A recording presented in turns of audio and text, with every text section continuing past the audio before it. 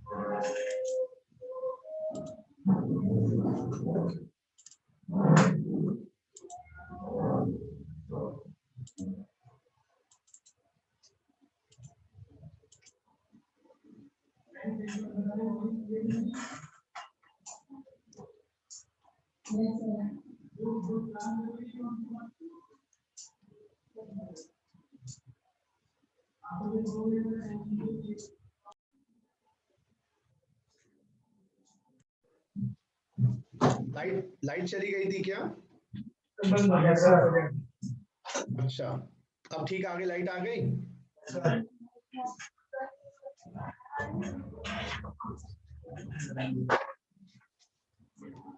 अब सब कुछ सही है? जल्दी बताओ। Yes sir. तो बच्चों, एक बार हमने बेसिक्स ऑफ इनकम टैक्स की बात करी थी। एक सेकेंड बच्चों,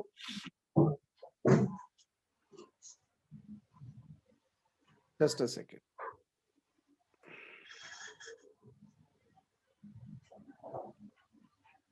तो हमने बेसिक्स की बात करी थी, जैसे मैंने बताया। और बेसिक्स ऑफ इनकम टैक्स में टोटल इनकम के लिए 5 हेड्स का जूस निकाला, खर्चे माइनस करे गवर्नमेंट के हिसाब से, जिनको डिडक्शंस कहते हैं। सेट ऑफ क्लबिंग किया, जीटीआई आई, 80C टू 80U माइनस किया, टोटल इनकम आई। टोटल इनकम को गुलाई में लेके आए 288A के अंतर्गत, 288A। और फिर एग्जेम्पशन लिमिट चेक करी, 2.5 lakh, 3 lakh, 5 lakh.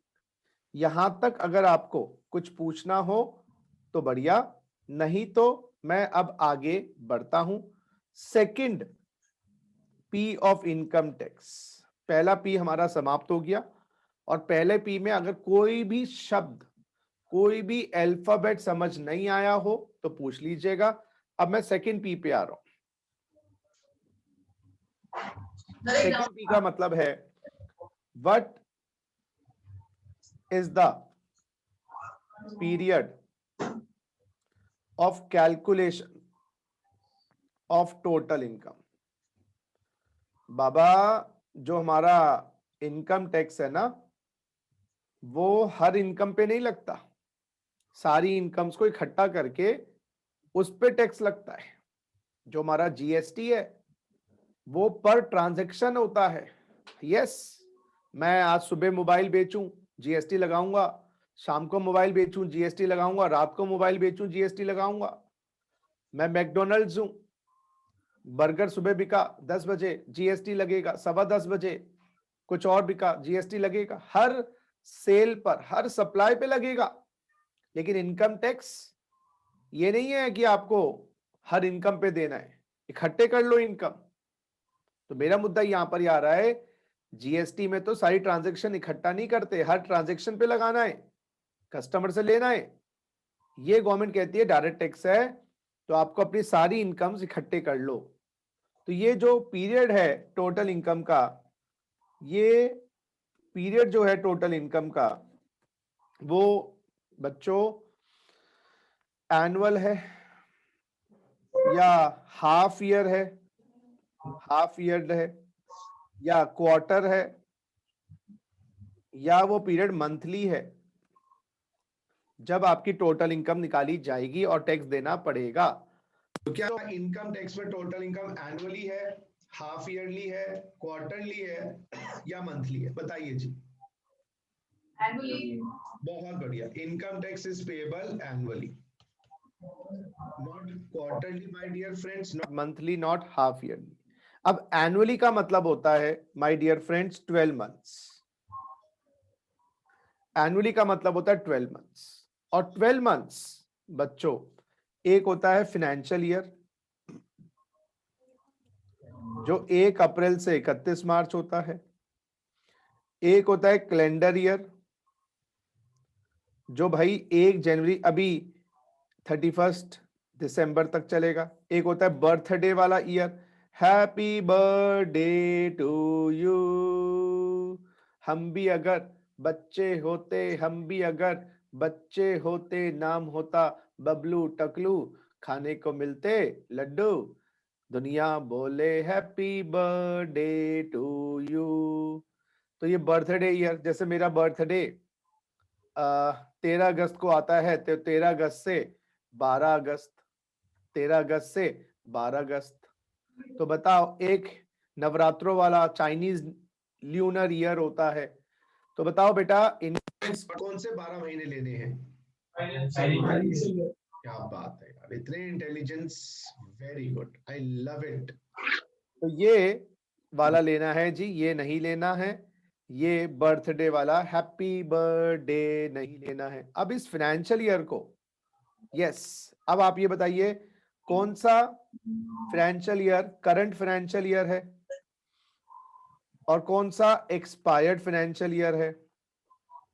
Current financial year sir जो 1/4/20 को शुरू हुआ, खत्म होगा 31 मार्च 21 को, जिसको बोलेंगे FY 2021, है ना। इसको FY 21 भी कह देते हैं, FY 21, FY 2021 या FY जो एक्सपायर्ड है 1/4/19 को शुरू हुआ था भाई, 31 मार्च 20 को खत्म हो गया, उसको बोलेंगे FY 1920। हाँ जी, हमारे एग्जाम्स 2021 में है, तो हमें जो फाइनेंशियल ईयर के प्रोविजंस इनकम टैक्स के पढ़ने हैं बाबा ब्लैक शिप, हमें ये वाले पढ़ने हैं। यस बाबा ब्लैक शिप, हमें ये वाले पढ़ने हैं। ये वाला जो फाइनेंशियल ईयर है जो खत्म हो चुका है, वो दिसंबर 2020 में जिन्होंने एग्जाम दिए उनके लिए था। जो बच्चे 2021 में एग्जाम देंगे, यस, चाहे वो सीए के हों, सीएस के हों, सीएमए के हों, 2021 में एग्जाम, चाहे वो मई में हो, जून में हो, नवंबर में हो, दिसंबर में हो, आपका जो रेलेवेंट फाइनेंशियल ईयर है, यस, वो है फाइनेंशियल ईयर 2021। तो हम टोटल इनकम जो निकालेंगे, सैलरी, हाउस प्रॉपर्टी, जो 80C to 80U लेंगे, वो सब फाइनेंशियल ईयर 2021 के होंगे। आपसे ये नहीं पूछेंगे 19-20 की इनकम निकालो। हाँ, एक आधे क्वेश्चन में कुछ ऐसे पूछ सकते हैं, लेकिन मेजरली 99.99% क्वेश्चंस फाइनेंशियल ईयर के 2021 के होंगे। आपने पर्यायवाची शब्द सिनोनिम वर्ड सुना होगा, जैसे पानी को नीर, जल भी कहा जाता है, आकाश को नभ और स्काई भी कहा जाता है, कमल को नीरज, पंकज, कमल भी कहा जाता है। उसी प्रकार से पर्यायवाची शब्द इनकम टैक्स में इस्तेमाल किया जाता है फाइनेंशियल ईयर का, और we don't use the word financial year, we use the synonym of financial year, that is known as previous year. So for our examinations in June or December or in May or November 21, relevant financial year, or I can say relevant previous year, is 2021. So what was the question that I asked you today? What is the period of calculation of total income? Friends, the period is financial year, a period of 12 months, which starts from 1st of April. And the relevant financial year or the relevant previous year is 2021. So total income is computed for financial year. Under income tax,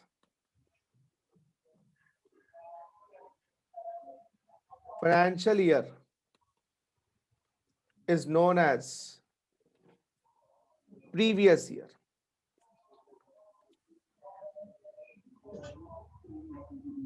Therefore, total income is computed for previous year.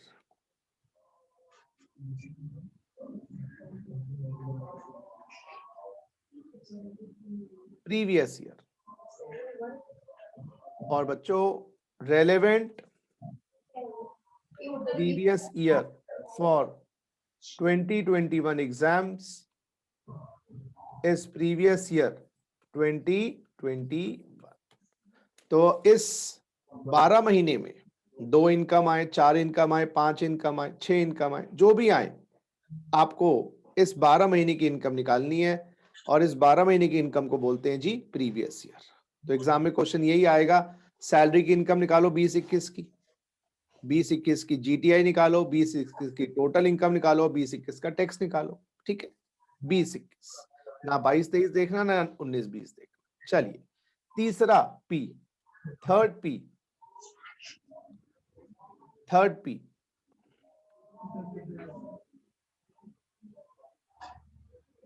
P of income tax,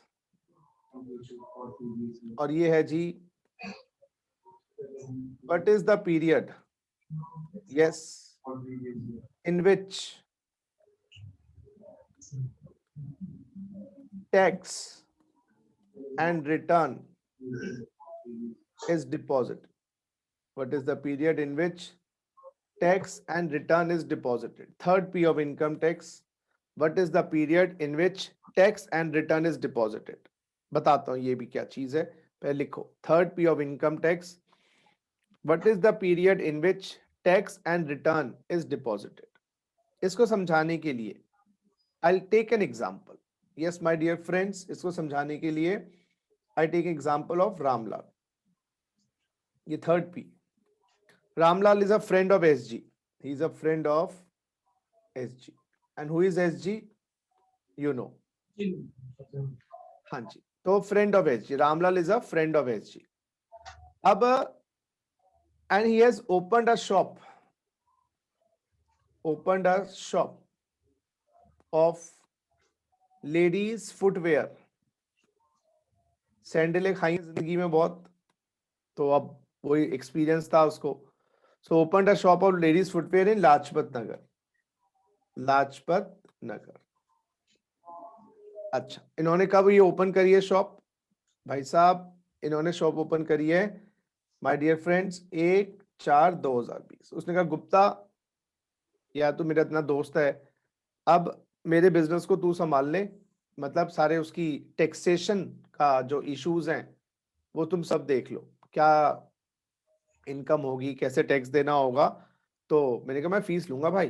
देख, दोस्ती अपनी जगह है, दोस्ती में तो हम खाएंगे पिएंगे, उसमें कोई हिसाब नहीं करेंगे, लेकिन ये बिजनेस है तो मेरी कंसल्टेशन होगी, क्या कोई दिक्कत थी? ठीक है. तो 1/4/20 को उसने अपनी शॉप ओपन कर दी.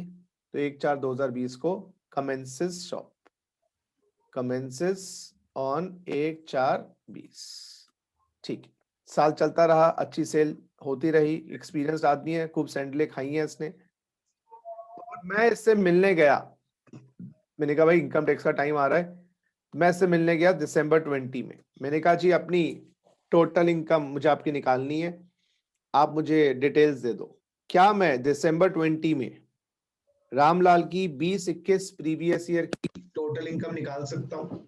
क्यों क्यों नहीं निकाल सकते जी हम इनकम? आंसर दो. I cannot compute the income. 3 महीना 2020. हाँ सर, अभी 9 महीने की इनकम तो निकाल लोगे आप, 3 महीने हुए ही नहीं है. ठीक है, मैं चला गया रामलाल से मिलने फरवरी 21 में. क्या अब और देंगे हम इसकी टोटल इनकम 20-21 की एक्चुअल, एस्टिमेटेड नहीं बाबा, एक्चुअल निकाल सकता हूँ. अच्छा, मैं गया, लो जी 30 मार्च 21 को, बताओ जी, अब निकाल सकता हूँ टोटल इनकम? बोलो बोलो, टेल टेल.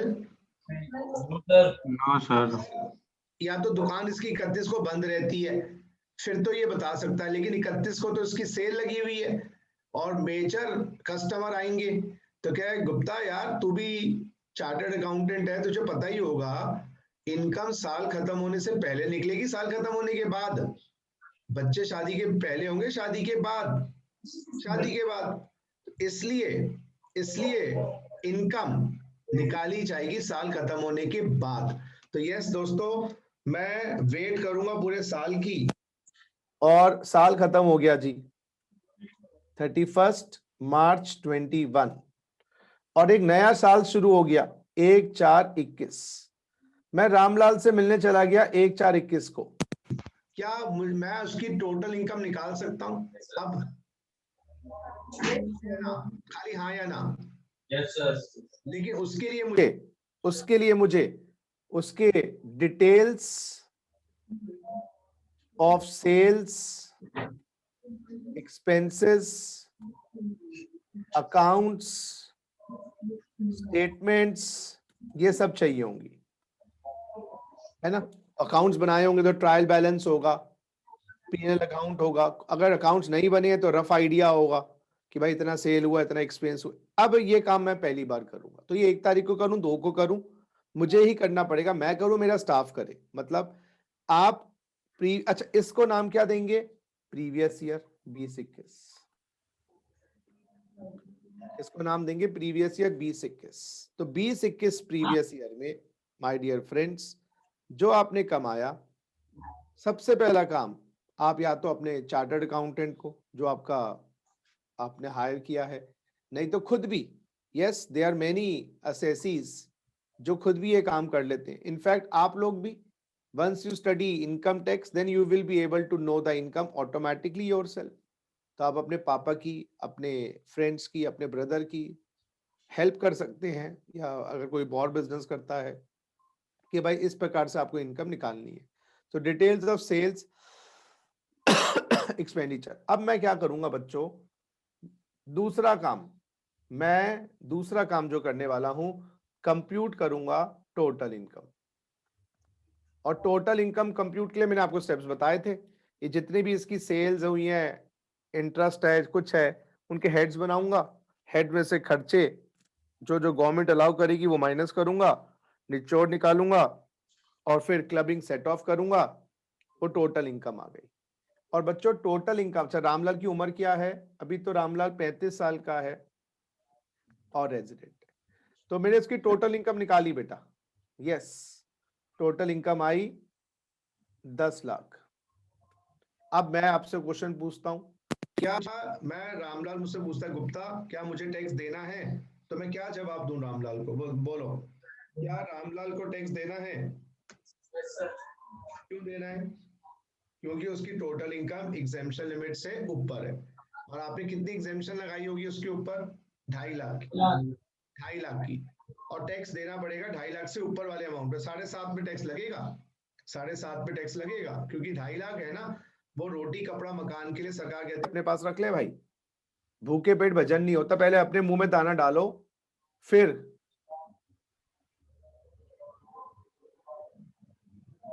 सोसाइटी के बारे में, फिर सरकार के बारे में सोचना। अगर आप भूखे हैं तो पहले आप मेरे बारे चिंता नहीं करेंगे, अपनी चिंता करेंगे, और करना भी चाहिए। टोटल इनकम, अच्छा टोटल इनकम पे टैक्स है, लायबल टू पे टैक्स, लायबल टू पे टैक्स। अच्छा अब मैं क्या करूंगा? कंप्यूट टैक्स करूंगा। कंप्यूट टैक्स, अभी मैंने टैक्स की कैलकुलेशन सिखाई नहीं है, लेकिन किसी को पता है तो बताते हैं। अगर किसी ने पढ़ रखी हो टैक्स की कैलकुलेशन पहले ही या आती हो, बताएंगे आप क्या टैक्स बनेगा? 10 लाख के बंदे पे 35 साल का आदमी है और रेजिडेंट है, जिसको आता हो, आता है या नहीं ये भी बता दो। किसी को आती है? हो सकता है पढ़ रखा हो कभी। नहीं, किसी को ही नहीं पता। चलो फिर मैं आपकी मुश्किल सरल कर देता हूं। टैक्स लगेगा 1,17,000 रुपए। तो जो टैक्स का अमाउंट है बेटा 1,17,000 रुपए आएगा। ये भी आज अगली क्लास में आप सीख जाएंगे ये कैसे आया। अभी एज्यूम कर लो, अब आपको बताना है पहला काम तो मैंने ये किया, दूसरा काम मैंने ये किया, तीसरा काम मैंने ये किया। अब मैं क्या करूंगा बताइए? मैं उसका एक प्रोफेशनल हूं। अब मैं चौथा काम क्या करूंगा बताओ? बताइए ये क्या करूंगा उसके बाद में? सोच के बताओ। टैक्स निकाल दिया, इनकम निकाल ली, डिटेल्स ले ली, सारी स्टेटमेंट्स ले ली। अब क्या करूं? 1,17,000 गवर्नमेंट को पास जमा करवाऊं ना करवाऊं, या मैं ले लूं उसको? गवर्नमेंट को जमा करवाना है। गवर्नमेंट को जमा कैसे होगा? आप 1,17,000 रुपए को सुनो लिफाफे में रख दो, एनवलप में, और घर के बाहर अपने गेट के बाहर रख दो और लिख दो लिफाफे के ऊपर 1,17,000 income tax to Nirmala Sitharaman ji, जो हमारे देश की फाइनेंस मिनिस्टर है, उनको हम ये दे रहे हैं। आप रात को रख दीजिएगा, सुबह आप जब 8 बजे 6 बजे गेट खोल के देखेंगे लिफाफा नहीं होगा, क्योंकि वो रात को निर्मला सीतारमन जी अपने आप आके आपके टैक्स को ले जाएंगी। ऐसे ही होगा ना? सब लोग अपने घर से एनवलप में पैसा निकाल निकाल के ऊपर लिखे इनकम टैक्स निर्मला सीतारमन जी आपके लिए। या अगर ऐसे नहीं कर सकते तो पार्क में जाके, चौराहे पे जाके ये पैकेट गड्डी वाला 1,17,000 वाला चौराहे पे रखाओ और लिख दो income tax for Nirmala Sitharaman ji. 5 minute के बाद देखना, एक बार मुंडी यूं घुमाना और देखना वो गायब हो चुका होगा। क्यों? क्योंकि सरकार उस टैक्स को ऐसे लेती है। ऐसे लेते हैं क्या बच्चों? ऐसे टैक्स लिया जाता है क्या? सर अकाउंट में से खुद डिटेक्ट हो जाता है ना। हाँ, वो तो आप बात कर रहे हो टीडीएस की। एक कॉन्सेप्ट होता है टीडीएस का, आपकी बात सही है, लेकिन मैं आपको थोड़ा और तरीका बता रहा हूं। टैक्सेस की जो अदायगी है, टैक्स जो होता है बच्चों वो डिपॉजिट होता है। Yes my dear friends, tax जो होता है डिपॉजिट होता है इन बैंक। यस, बैंक में टैक्स डिपॉजिट होता है। ऐसे सड़कों पे चौराहों पे पैसा नहीं रखा जाता, वो चोर उचक्के ले जाते हैं, वो निर्मला सीतारमन जी नहीं लेती है। तो टैक्स आपको बच्चों बैंक में जमा करवाना है। बैंक में कैसे सर? या तो मैनुअल पेमेंट, यस, या ई पेमेंट, यस कुछ कुछ जगह ई पेमेंट मैंडेटरी है। कहाँ ई पेमेंट? जैसे शॉपिंग करते हैं, बिग बाजार जाके जाओ, वो मैनुअल शॉपिंग हो गई। पेंटालून शॉपर स्टॉप जाओ, फैशन एट बिग बाजार जाओ, वो मैनुअल शॉपिंग हो गई। या आप फ्लिपकार्ट के थ्रू या अमेजन के थ्रू या इस टाइप से जो एप्स हैं ऑनलाइन कर लो। अब जैसे टीचिंग है, देखो, या तो फिजिकल कर लो या टीचिंग ऑनलाइन कर लो। जैसे टैक्सेस भी जो जमा होते हैं वो बैंक्स में जमा होते हैं। और कोई बच्चा कह रहा था कि भाई कट जाता है, उसकी बात भी गलत नहीं है। उसमें क्या होता है, मैं नौकरी करता हूँ किसी कंपनी में, तो 10 लाख की कमाई है, तो 1,17,000 मेरा एम्प्लॉयर 1,17,000 मेरा एम्प्लॉयर मेरी सैलरी से काट लेगा पहले, लेकिन जमा तो उसको भी तो करवाना पड़ेगा ना, उसका पैसा नहीं है। तो या तो टैक्सेस पेई जमा करवाता है, पेई मतलब जो कमा रहा है, या पेई की इनकम से, अभी ये नहीं लिखना, पेयर काट लेता है, या तो मैं जमा करवाऊंगा गवर्नमेंट को, या जो पेयर है जो मुझे पैसे दे रहा है वो काट लेगा और वो गवर्नमेंट को जमा करवाएगा। मैं तो जमा करवाने की बात कर रहा हूं। चाहे कट भी जाए तो उसके बाप का माल नहीं है पेयर का, ये गवर्नमेंट को कैसे जमा कराएगा? या तो मैनुअली कैसे जमा करवाते हैं, ई पेमेंट कैसे होती है, ये सब बताऊंगा। आप कैश लेके जाओगे क्या, चेक काट देना 1,17,000 का।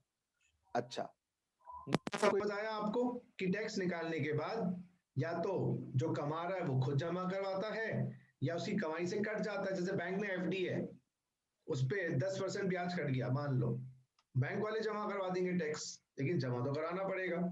अब एक काम और है जो उसके चार्टर्ड अकाउंटेंट को करना है, रामलाल के, जो मैं हूं, 5वां काम और करना है मुझे ये स्टेटमेंट जो हैं, क्या ये मैनिपुलेटेड नहीं हो सकती? ये एक्सपेंडिचर की जो डिटेल्स है, सेल्स की डिटेल्स है, फर्जी नहीं हो सकती? हो सकती है। हो सकता है क्लाइंट मुझे, या मैंने बोला हो कि तू खर्चे बढ़ा दे, इनकम कम कर ले। समझो मेरी बात, खर्चे बढ़ा दे या इनकम कम कर ले, तो हेराफेरी होने के चांसेस हैं।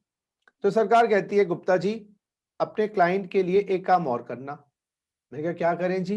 गवर्नमेंट कहती है file ITR, income tax return. मैंने कहा जी ये क्या होती है, ये ITR क्या होती है?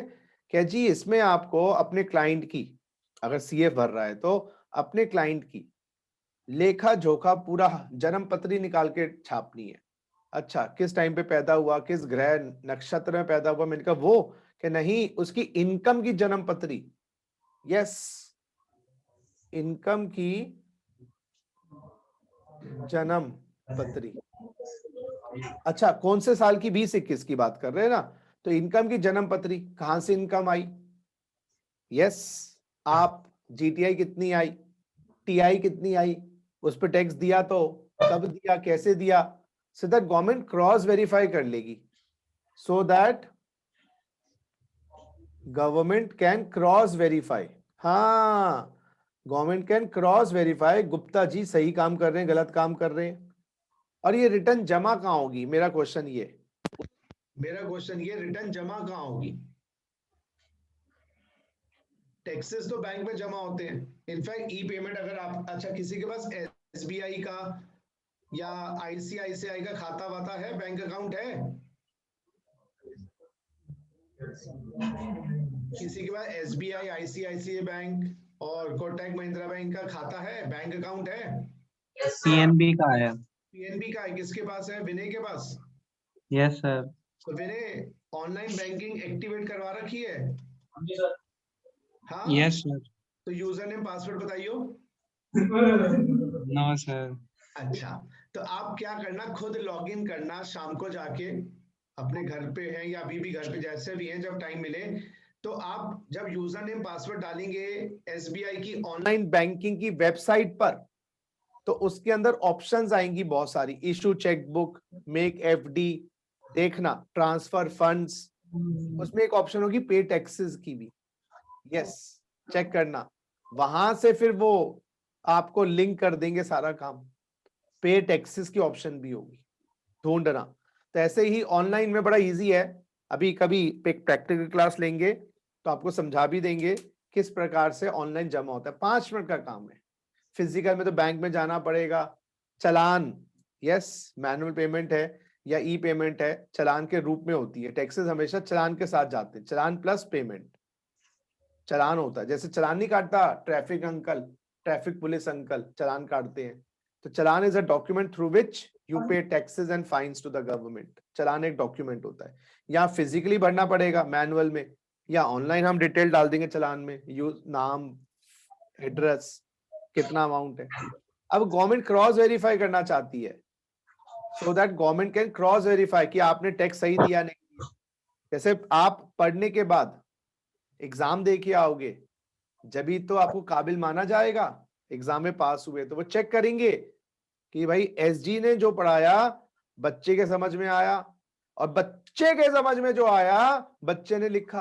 That is the point my dear friends, government wants to cross verify. तो institute also wants to cross verify whether you have the necessary अकल to become a company secretary or a cost and management accountant or a chartered accountant। तो ये जो 5 process हैं, yes, इसमें सरकार हस्तक्षेप करती नहीं है, बस आप करके गवर्नमेंट को काम कर दो। इन 1 to 5 स्टेप्स को, इन 1 to 5 स्टेप्स को एक नाम देते हैं जिसका नाम है सेल्फ असेसमेंट। आप अपने आप असेस करिए, अपने आप मींस अपने चार्टर्ड अकाउंटेंट को बोल के या अपने आप। और ये 5 स्टेप्स में सबसे पहला स्टेप्स होता है बच्चों, डिटेल्स मंगवानी क्लाइंट से। हर साल खत्म होने के बाद हमारे ऑफिस से जो लड़के होते हैं वो क्लाइंट्स को फोन लगा देते हैं, भैया अपनी trial balances, bank account statements, क्योंकि उस समय ब्याज की इनकम पता चलती है, और एक क्वेश्चनेयर और बनाकर भेजते हैं कि आपकी कौन कौन सी इनकम्स आई हैं आप बताओ। भैया मैं कोई इनकम ढूंढूंगा भैया क्लाइंट की? क्लाइंट खुद बताएगा, गुप्ता जी हमने यहाँ से कमाया। उसने कोई चुपके से कोई इनकम है, मान लीजिए उसकी एक दुकान जलंधर में भी है, लेकिन वो उसने मुझे बताई नहीं, तो मेरी गलती कोई है, मैं इनकम नहीं दिखा पाऊंगा। तो हमेशा as a professional it's very important कि जब आप डिटेल्स मंगवाओ इनकम की, तो पेपर पे साइन करवा के कि भाई I have disclosed full details of my income to my chartered accountant, sign करवा के ले लो। बाद में आपके ऊपर लायबिलिटी नहीं आएगी, क्योंकि अब मोदी जी के टाइम पर लॉस को जो फॉलो नहीं कर रहे उनकी शामत है। जब पहले भी था, मैं ऐसे नहीं कह रहा कि मैं कुछ वो है, लेकिन लॉस अब टाइट हो गए हैं, सबकी जो लूज एंड्स थे वो टाइट हो रहे हैं।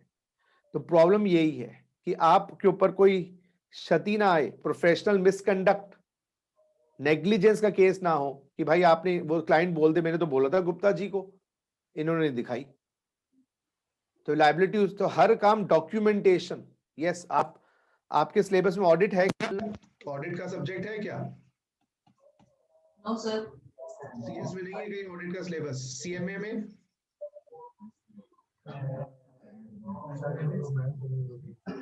सीएमए में है ऑडिट का सिलेबस, ऑडिट का कोई चैप्टर सब्जेक्ट? सेकंड में सब सेकंड है ना? तो ऑडिट में ये चीजें सीखोगे आप। ऑडिट में क्या होता है, एज अ ऑडिटर हमारे ऊपर कोई लायबिलिटी ना उठाए, तो हम सब चीज लिखत में लेते हैं, तो हम ये सारी डिटेल्स लिखत में लेंगे, भाई उसने ये दी। हाँ जी, तो पहली बात, ये 5 प्रोसेस को बोलते हैं सेल्फ असेसमेंट। ये प्रोसेस करना कब है बच्चों? 1/4/21 को शुरू कर देना और 31 मार्च 22 तक खत्म कर देना ये 5 प्रोसेस। यस, और इस 12 महीने को, यस, हम एक नाम देंगे। क्या नाम देंगे इस 12 महीने को, जो प्रीवियस ईयर के बाद के 12 महीने हैं, क्या नाम देंगे? क्या बात है मेरे लड्डू गोपाल, तुम लोग तो इतने इंटेलिजेंट हो गए, पता नहीं था हमें। Assessment year 21-22, assessment year 21-22, previous year में कमाओ, असेसमेंट ईयर में टैक्स दे के आओ, असेसमेंट ईयर में रिटर्न फाइल करो। तो गवर्नमेंट क्या कहती है, कमाते वक्त टैक्स की टेंशन नहीं, टैक्स टेंशन अगले साल। जैसे आज सुबह पढ़ेंगे शाम को टेस्ट देंगे, लेकिन सुबह टेस्ट नहीं ले रहा मैं, सुबह पढ़ेंगे शाम को टेस्ट देखेंगे। इसी तरीके से 20-21 में कमाओ, अपने चार्टर्ड अकाउंटेंट को पहला काम करना डिटेल्स देना, नहीं है खुद ही कर सकते हो, जैसे आप लोगों को समझा दूं मैं, फिर आप भी खुद ही कर सकते हो, फिर आपको किसी चार्टर्ड अकाउंटेंट की जरूरत ही नहीं है। तो details of sale, expenditure, accounts, statements, फिर टोटल इनकम निकालिएगा, फिर टैक्स कंप्यूट करिएगा, फिर टैक्स बैंक में बच्चों पार्टी जमा करवाइएगा, और फिर आप ITR फाइल करिएगा। और ये ITR फाइल हाँ मैनुअली भी होती है, बहुत कम केस हो गए हैं अब, और ई फाइलिंग भी होती है, ई फाइलिंग भी।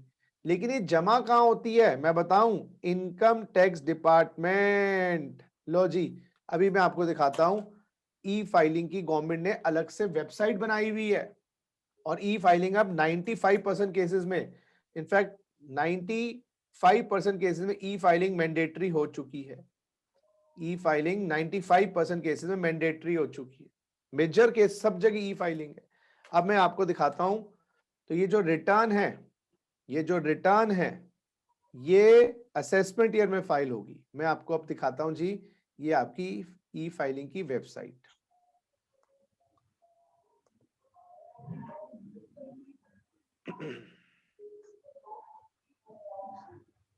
I show you the e-filing website.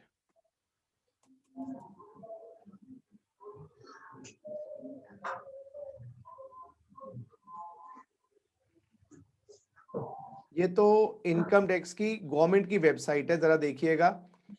ये इनकम टैक्स की वेबसाइट है, दिखाई दे रही है आप लोगों को? बच्चों, आर यू एबल टू सी? ये आपकी इनकम टैक्स की वेबसाइट है। एक तो ये भी काम कर सकते हो कि आप ये एक्ट, ये इनफैक्ट मोबाइल पे भी आपको खुल जाएगी। मोबाइल पे यहाँ पर इनकम टैक्स एक्ट 61 का बेयर कॉपी दी हुई है। जैसे सेक्शन 2, हमने सेक्शन 2 पढ़ा बच्चों, एक सेकेंड, सेक्शन 2 का क्लॉज 31 पढ़ा, पर्सन। सेक्शन 2 का क्लॉज 31 पर्सन, देखो देखो देखो देखो जी, पर्सन इंक्लूड्स, देखो यहां पर ये 7 लोग हो गए, individual, HUF, company, firm, AOP, local authority, AJP। अभी हम खाली बात कर रहे हैं इंडिविजुअल की। तो एक तो आप क्या कर सकते हो, इनकम टैक्स की वेबसाइट पे जाकर, इनकम टैक्स की वेबसाइट पे जाकर, यस, आपको ये इनकम टैक्स एक्ट के सेक्शन मिल जाएंगे सारे। आप यहाँ पर सेक्शंस को पढ़ सकते हो। और हमें फाइनेंस एक्ट 2020 पढ़ना है, ये भी मैंने बताया था। तो हमारी इनकम टैक्स एक्ट 61 पढ़ना, देखो 61 as amended by finance act 20, क्योंकि लास्ट ईयर का जो बजट है वो हमारे लिए इस साल इंपॉर्टेंट है। जो अभी बजट आया है गलती से भी मत खोल लेना उसको। जो भी बजट इस साल आया है जिसमें फाइनेंस एक्ट 21 है, गलती से भी पढ़ मत लेना, सारे दिमाग में कंफ्यूजन हो जाएगी। तो इसलिए ना मैं पढ़ाऊंगा, ना मुझसे क्वेश्चन पूछना इस बजट के बारे में, भाड़ में जाए इस साल का बजट। हाँ, अगर पेपर अगले साल देने उस फिर वो बजट पढ़ना पड़ेगा। तो इस साल जिनके पेपर हैं उनको बजट 2020, फाइनेंस एक्ट 2020 पढ़ना पड़ेगा। ठीक है, ये तो आपकी, ये आपके फॉर्म्स हैं। ये देखो इनकम टैक्स के रिटर्न्स, जो रिटर्न्स की बात मैंने करी ना, ये आपके रिटर्न के फॉर्म्स हैं। ITR 1 फॉर्म, सहज फॉर्म, अच्छा, ITR 2 फॉर्म। कितने टोटल फॉर्म है रिटर्न के सर? ज्यादा नहीं, इनकम टैक्स के मोटा मोटा 7 फॉर्म्स है, ITR 7 तक। बीच में एक और फॉर्म आ गया ना, जैसे ये 1 2 3 4 5 6 7 फॉर्म्स है इनकम टैक्स के, ये रिटर्न्स के फॉर्म्स है। यस, ये ऑनलाइन जाते हैं, देखो आप ये लिखा है ई फाइल PDF, ये PDF डाउनलोड कर लो। मैं दिखाता हूं आपको, जो मैं जिसमें मैं भरता हूं, individual HUFs having income under PGBP। तो मैं अपनी रिटर्न बच्चों ITR 3 में भरता हूं, ITR 3। देखो PDF डाउनलोड करता हूं इसका मैं आपको। ये मैनुअल अगर मुझे भरनी होगी तो इसका प्रिंट आउट निकालना पड़ेगा मुझे, और फिर पेन से मुझे भरना पड़ेगा अक्षर इसके। ये देखो जो रिटर्न फॉर्म आ गया, 47 पेजेस का रिटर्न फॉर्म है, ITR 3। असेसमेंट ईयर 20-21 लिखा है, हमारा असेसमेंट ईयर 21-22 है, क्योंकि अभी 21-22 वाले तो रिटर्न भर ही नहीं रहे ना भाई। सर 21-22 वाले कब भरेंगे? 21-22 वाले भरेंगे, जो मेरा रामलाल क्लाइंट है, मार्च 21 के बाद। समझो, मार्च 21 के बाद फॉर्म आएंगे उसके, क्योंकि अभी तो मार्च 21 खत्म ही नहीं हुआ ना। देखो ना, देखो अब प्रैक्टिकली कैसे चीजें होती हैं। मार्च 21 के बाद भरूंगा ना, ये मार्च 21 वाली तो कहानी अभी शुरू ही नहीं हुई। तो इस साल अभी चल रहा है फरवरी 21, तो लास्ट ईयर जो 20-21 में कमाया उसका रिटर्न जारी होंगी। ये बात समझ आ रही है मैं क्या कह रहा हूं? हाँ या ना जवाब दे दो बस एक बार। तो अभी इस साल जो लोग रिटर्न भर रहे होंगे, कौन से असेसमेंट भर रहे होंगे जल्दी बताओ, 20-21 असेसमेंट ईयर की, तो ये फॉर्म जो मैंने बच्चों को दिखाया, ये 20-21 का फॉर्म है। देखो ऐसे यहाँ पर नाम भरना पड़ेगा, मिडल नेम, थोड़ा इनलार्ज कर दो बेटा, ये देखो आपका ये जो फॉर्म है ऐसे भरना पड़ेगा आपको। ये मैनुअली फॉर्म है, लेकिन अब मैनुअली मैंने बोला ना 2-4% केस में रह गया, हर जगह ई फाइलिंग हो गई है। ये आपको नाम, फिर अपना एड्रेस, फिर देखो लिखा है, ये सारे कॉलम्स आपको भरने पड़ेंगे। बिल्कुल आपका रेजिडेंशियल स्टेटस, आप रेजिडेंट हो, नॉन रेजिडेंट हो, ये सारी बातें देखो, देखो नॉन रेजिडेंट हो, फिर उसके बाद एक सेकेंड, फिर आप क्या पार्टनर हो, सारी डिटेल्स देखो यहाँ पर, छोटी छोटी डिटेल्स।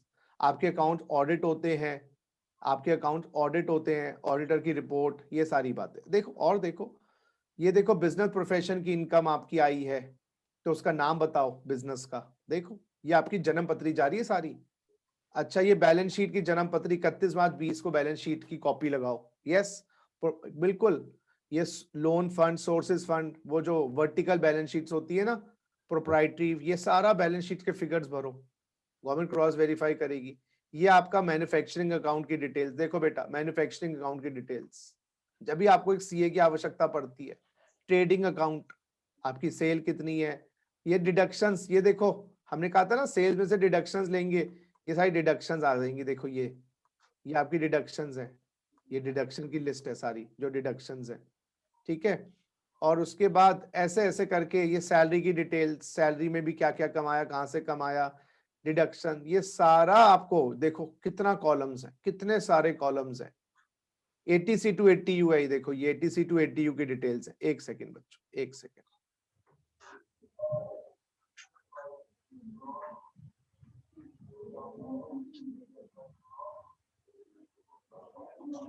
ये सब डेप्रिसिएशन है, ये आपका कैपिटल गेन। एक सेकेंड, सब डिटेल क्या क्या एसेट बेची, उसके बाद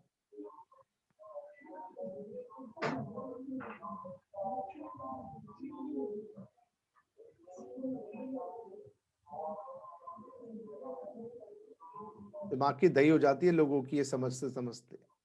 ये अदर सोर्सेज की इनकम देखो, अदर सोर्सेज में क्या क्या आता है, डिविडेंड आता है मैंने बताया, इंटरेस्ट आता है मैंने बताया, rent of plant machinery furniture आता है मैंने कहा, रेंट ऑफ अदर एसेट्स आता है, देखो मैंने आपको कहा, पेंशन, फैमिली की पेंशन, ये सब इनकम्स अदर सोर्सेज में आती। लॉटरी मैंने आपको बताया था, lottery, undisclosed incomes, undisclosed incomes ये आती है सारी यहाँ पर। यस, डिविडेंड मैंने बताया आपको, इस टाइप की सारी अदर सोर्सेज में इनकम आती है। डिटेल्स भरनी है सारी, जो इनकम नहीं है उसके आगे नील कर देते हैं, जो इनकम नहीं है उसके आगे नील कर देते हैं।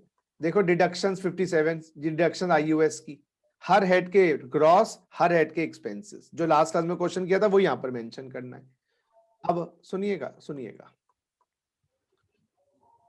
देखो आपको क्लबिंग के बारे में भी बात बताता हूँ, क्लबिंग के बारे में भी लिखा होगा, क्लबिंग सेट ऑफ, ये देखो जी सेट ऑफ की डिटेल्स, जो आपके लॉसेस है ना उनके सेट ऑफ करने हैं। देखो यहाँ पर देखो,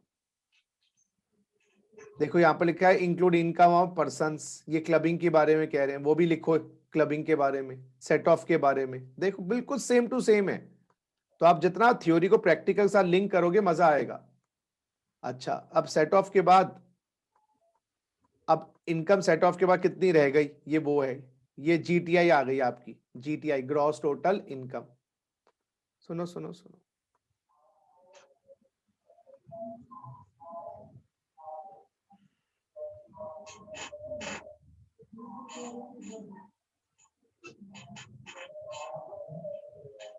ये आपकी डिडक्शंस आ रही हैं जो 80C to 80U, जैसे एक सेक्शन 80G, उसकी डिडक्शन बताओ जीटीआई से जो मिलेगी 80G। तो ऐसे बहुत सारी आपको बातें मेंशन करनी है, ठीक है। देखो कितना कुछ मेजर कॉलम्स हम काट भी देते हैं जो हमारे रेलेवेंट नहीं है, ठीक है। ये देखो जी, ये सेक्शन आ गए 80C to 80G के वाले थे ना, 80C में कितना, डी में कितना, डी में कितना, ई में कितना, ई में कितना, डी में कितना, डीडीबी में कितना, ये सारे सेक्शंस पढ़ेंगे। यस, और ये डिडक्शन माइनस करने के बाद आपकी क्या आ जाएगी, टोटल इनकम आ जाएगी। फिर टोटल इनकम पे टैक्स जो अभी निकाला 1,17,000, यस यस 1,17,000, वो भी डिटेल्स भरनी पड़ेगी, कितने रेट पे निकाला, कैसे निकाला, और ये सब आपका काम करना है जी। तो ये फॉर्म की बात हो गई ना बेटा। अब आ जाओ ई फाइल वाले पे ऑप्शन पे जाते हैं। ई फाइल में देखते हैं क्या होता है। अब देखो जी, हम नई वेबसाइट पे आ गए। ये गवर्नमेंट की ई फाइलिंग की वेबसाइट है। ये देखो जी, इनकम टैक्स इंडिया e-filing.gov.in। देखो बेटा, ये इनकम टैक्स की ई फाइलिंग की वेबसाइट है। तो इसमें मुझे अब ITR 3 भरना है, तो मैं ITR 3 पे चला गया। अब यहाँ पर बोल रहे एक्सेल फॉर्म आ जाएगा, माइक्रोसॉफ्ट एक्सेल फॉर्म। कुछ पल्ले पड़ रहा है या नहीं? सारी बात मैं क्या कह रहा हूँ। Hello, check check check 1 2 3, check check check 1 2 3। Hello sir. समझ आ रही है बात? हाँ जी सर। जो PDF भरना है मैन्युअली वालों को, देखो एक्सेल समझते हो। अब इसको मैं क्लिक करूंगा तो एक्सेल फॉर्म खुल जाएगा। देखो नीचे मेरे यहाँ पर वेबसाइट पे एक्सेल फॉर्म खुल गया। अब दिखा रहा हूं मैं आपको हर चीज। एक्सेल फॉर्म,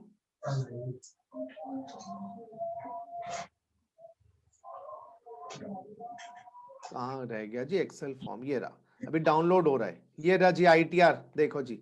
अब मैं इसको ओपन करता हूं, एक्सट्रैक्ट ऑल, एक्सट्रैक्ट। अब देखो जी ITR का ये फॉर्म खुलेगा, एक्सेल फॉर्म। देखो ये एक्सेल शीट खुल गई। ये ऑनलाइन फॉर्म है, क्योंकि जो ऑनलाइन भरेंगे, ई फाइलिंग करेंगे, एक्सेल खुल रहा है। देखो जी,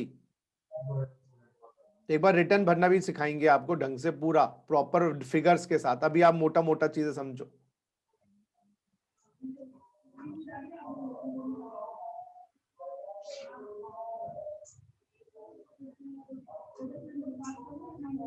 ये भी 40-60 पेजेस का बनेगा ना एक्सेल का भी। ये गवर्नमेंट ने बना के दे रखा है आपको, एक्सेल को शीट्स फॉर्मूलाज नहीं डालने।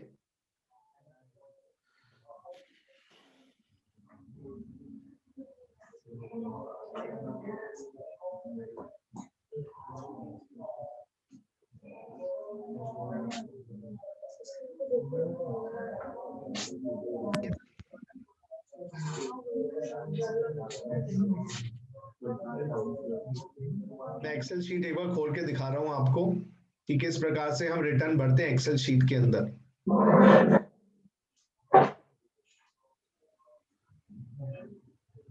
बस 90% खुलने वाली है, 91, 92, 95, 100। हाँ जी, ये एक्सेल शीट खुल गई। अब एक्सेल शीट दिख गई आपको?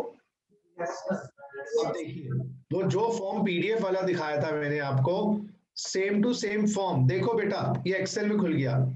एक सेकेंड बेटा,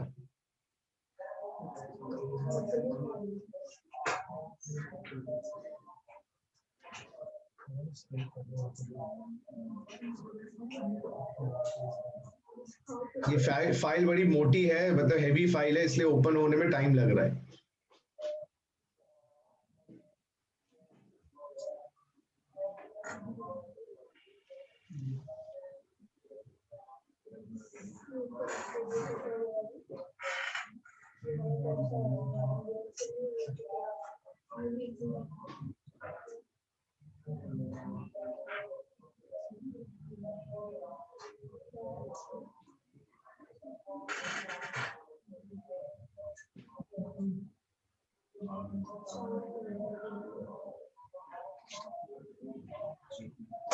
एग्जाम में ऐसे क्वेश्चन भी आ जाते हैं कि बिजनेस प्रोफेशन वाले ITR 1 में रिटर्न भरेंगे, 2 में भरेंगे, 3 में भरेंगे। देखो जी, ये आ गए जी, हम जनरल में आ गया। अब यहाँ पर मेरे नाम भरना है।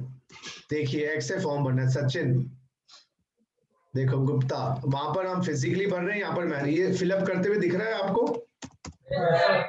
तो बस इस टाइप से आपको अपना सारी डिटेल्स भरनी है। और सुनो, भरने के बाद ये फॉर्म अपलोड कर देना है गवर्नमेंट की वेबसाइट पर, वही वाली वेबसाइट पे। हो गया काम खत्म। तो फिलअप करेंगे, अपलोड कर देंगे, काम खत्म। डाउनलोड किया, अपलोड किया, चलो। तो ये चीजें हम बाकी बाद में भी करेंगे। एक बार मैंने आपको प्रैक्टिकली दिखा दिया so that you can feel confident. चलिए बच्चों, तो ये सारा काम मैंने प्रीवियस ईयर में नहीं करना, असेसमेंट ईयर में करना है। तो अब क्वेश्चन आया, what is the period in which tax and return is deposited? वो प्रीवियस ईयर है, असेसमेंट ईयर है? Assessment year. तो नीचे लिखो नीचे लिखो जी, the period in which tax and return is deposited is known as assessment year. It is the financial year after end of previous.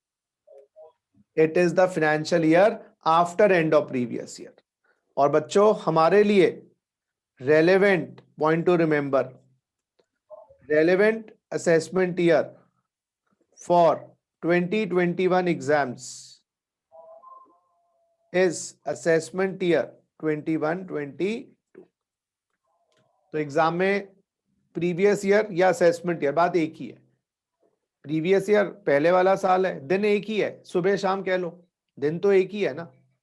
ये नहीं कि सुबह अलग है शाम अलग है, दिन तो एक ही है। इसी प्रकार से प्रीवियस ईयर 20-21, असेसमेंट ईयर 21-22। अब मैं आपसे पूछता हूं, क्वेश्चन में आया रामलाल का 21-22 का टैक्स बताओ, तो क्या आंसर दोगे? रामलाल का 21-22 असेसमेंट ईयर का टैक्स बताओ तो क्या बोलोगे? सर अभी कंप्यूट कैसे कर सकते हैं तब तक 21 का नहीं, 1,17,000। अरे बेटा टैक्स फॉर असेसमेंट ईयर 21-22 निकाला तो है 1,17,000, क्योंकि असेसमेंट ईयर का टैक्स का मतलब प्रीवियस ईयर की इनकम होती है। ये नहीं बोला प्रीवियस ईयर 21-22 का टैक्स बताओ, मैंने बोला टैक्स फॉर असेसमेंट 21-22। ऑब्वियसली इसका मतलब ये हुआ सौम्या कि भाई हमें प्रीवियस ईयर 20-21 की टोटल इनकम का टैक्स बताना है। मैं फिर बोल रहा हूं, जब भी तो मैं क्लियर करवा रहा हूं चीजें। 21-22 का कोई वजूद नहीं है, वजूद हस्ती 20-21 की है। मैंने ये नहीं बोला प्रीवियस ईयर 21-22 का टैक्स बताओ, वो तो अगले साल पता चलेगा। मैंने कहा असेसमेंट ईयर 21-22 की। अब मैं आपसे एक और क्वेश्चन पूछता हूं, total income of assessment year 21-22 बताओ। Total income of assessment year 21-22 10 lakh. Yes. अब मैं आपसे पूछूं, सुनो, या मैं आपसे ये पूछूं, टैक्स ऑफ प्रीवियस ईयर 21-22 बोलो। सर ये अभी कैसे 1,17,000। अरे फिर गलत बात, 1,17,000 प्रीवियस ईयर 21-22 तो पता ही है हमें, 1,17,000 दिया वो तो क्वेश्चन में। वो तो असेसमेंट ही करना। अरे नहीं नहीं, अभी तुम अभी 2 मिनट ध्यान साधना करने के बाद आंसर करो Saumya. Tax tax for assessment year 2021-22 निकालेंगे तब 1,17,000 है। फिर टैक्स अच्छा ये एक सेकंड, ये 20-21 करना चाहिए, सॉरी ये गलती है, मुझे ध्यान साधना करना चाहिए था इसमें। 20-21 ठीक है। और total income of previous year 20-21, total income of previous year 20-21। अब आप नोटिस करो, चारों का आंसर सेम आ रहा है, यानी कि आपको एग्जाम में इस टाइप से क्वेश्चन कंफ्यूज भी कर सकता है। असेसमेंट ईयर 21-22 का टैक्स या प्रीवियस ईयर 20-21 का टैक्स सेम है। देखो बच्चों आराम से देखो, बिल्कुल ये दोनों चीजें सेम है। प्रीवियस ईयर 20-21 बोल लूं या मैं असेसमेंट ईयर 21-22 बोल लूं, दोनों सेम है। कान को यूं ना पकड़ लिया, यूं पकड़ ले, कान यही है। यूं पकड़ लूं या मैं यूं पकड़ लूं, कान यही है, याद रखिएगा, ये कान डिफरेंट है। अच्छा अब मैं बोलूं भैया असेसमेंट ईयर 21-22 की टोटल इनकम या ये प्रीवियस ईयर 20-21 की टोटल इनकम, दोनों सेम है, वो 10 लाख और वो भी 10 लाख। बिल्कुल क्लियर कर लो दिमाग के अंदर। तो यानी कि previous year assessment year same चीज है, बस को कहने का या उसको दर्शाने का डिफरेंस है। हाँ साल देख लेना क्या बोल रहे हैं। यहाँ पर हमने 21-22 लिखा है, असेसमेंट 21-22 लिखा है, प्रीवियस ईयर 20-21 लिखा है। ये बात क्लियर हुई है तो बोलो, नहीं तो मैं रुक रहूंगा। मेरा सही। ठीक है, हाँ अगर मैं असेसमेंट ईयर 22-23 बोल दूं वो अलग है, प्रीवियस ईयर 21-22 बोल दूं वो अलग है। चलो अब मजेदार काम करेंगे, टैक्स निकालना भी सीखेंगे ना आज हम टैक्स निकालना भी अब सीखेंगे। तो पहला पी, पर्सन, किस बंदे को देना है, किस साल की इनकम पे देना है और कब देना है। 3 काम हो गए। किसको देना है, कौन सी इनकम पे देना है, कौन से साल की, कब देना है और कितना देना है। अब चौथा काम, कितना देना है। आइए, 4th बी हो गया जी, आधे चार्टर्ड अकाउंटेंट बन गए आप आज। 4th P, what is the percentage of income tax। जैसे 10 लाख पे हमने 1,17,000 रुपए निकाले, तो ये कैसे आए sir. What is the percentage of income tax. हाँ जी, इसका आंसर देने के लिए जो टैक्स के रेट्स होते हैं भैया, टैक्स के जो रेट्स होते हैं बच्चों, वो 3 टाइप के होते हैं। टैक्स के जो रेट्स होते हैं समझना, एक होता है प्रोग्रेसिव टैक्स रेट, एक होता है रिग्रेसिव टैक्स रेट, और एक होता है बच्चों कांस्टेंट टैक्स रेट। टैक्स के रेट्स 3 प्रकार के होते हैं, progressive, regressive, constant. Progressive tax rate का मतलब जैसे जैसे इनकम बढ़ेगी परसेंटेज ऑफ टैक्स भी बढ़ेगा, सरकार की नीयत भी खराब होती रहेगी। सीधी सी बात, जितना ज्यादा कमाओगे सरकार उतना मार मारेगी। हाँ जी, 1 करोड़ से ऊपर कमाओगे तो 40% ले लेगी, 10 लाख तक कमाओगे 20% लेगी, 40 लाख कमाओगे 30% लेगी। तो जैसे जैसे इनकम बढ़ रही है सरकार का मुंह भी खुलता जा रहा है। अच्छा, रिग्रेसिव रेट में क्या है, इनकम बढ़ रही है, परसेंटेज ऑफ टैक्स घट रहा है। यार बच्चों, मेरे लड्डू गोपाल, इस कॉन्सेप्ट में rich are taxed more, poor are taxed less.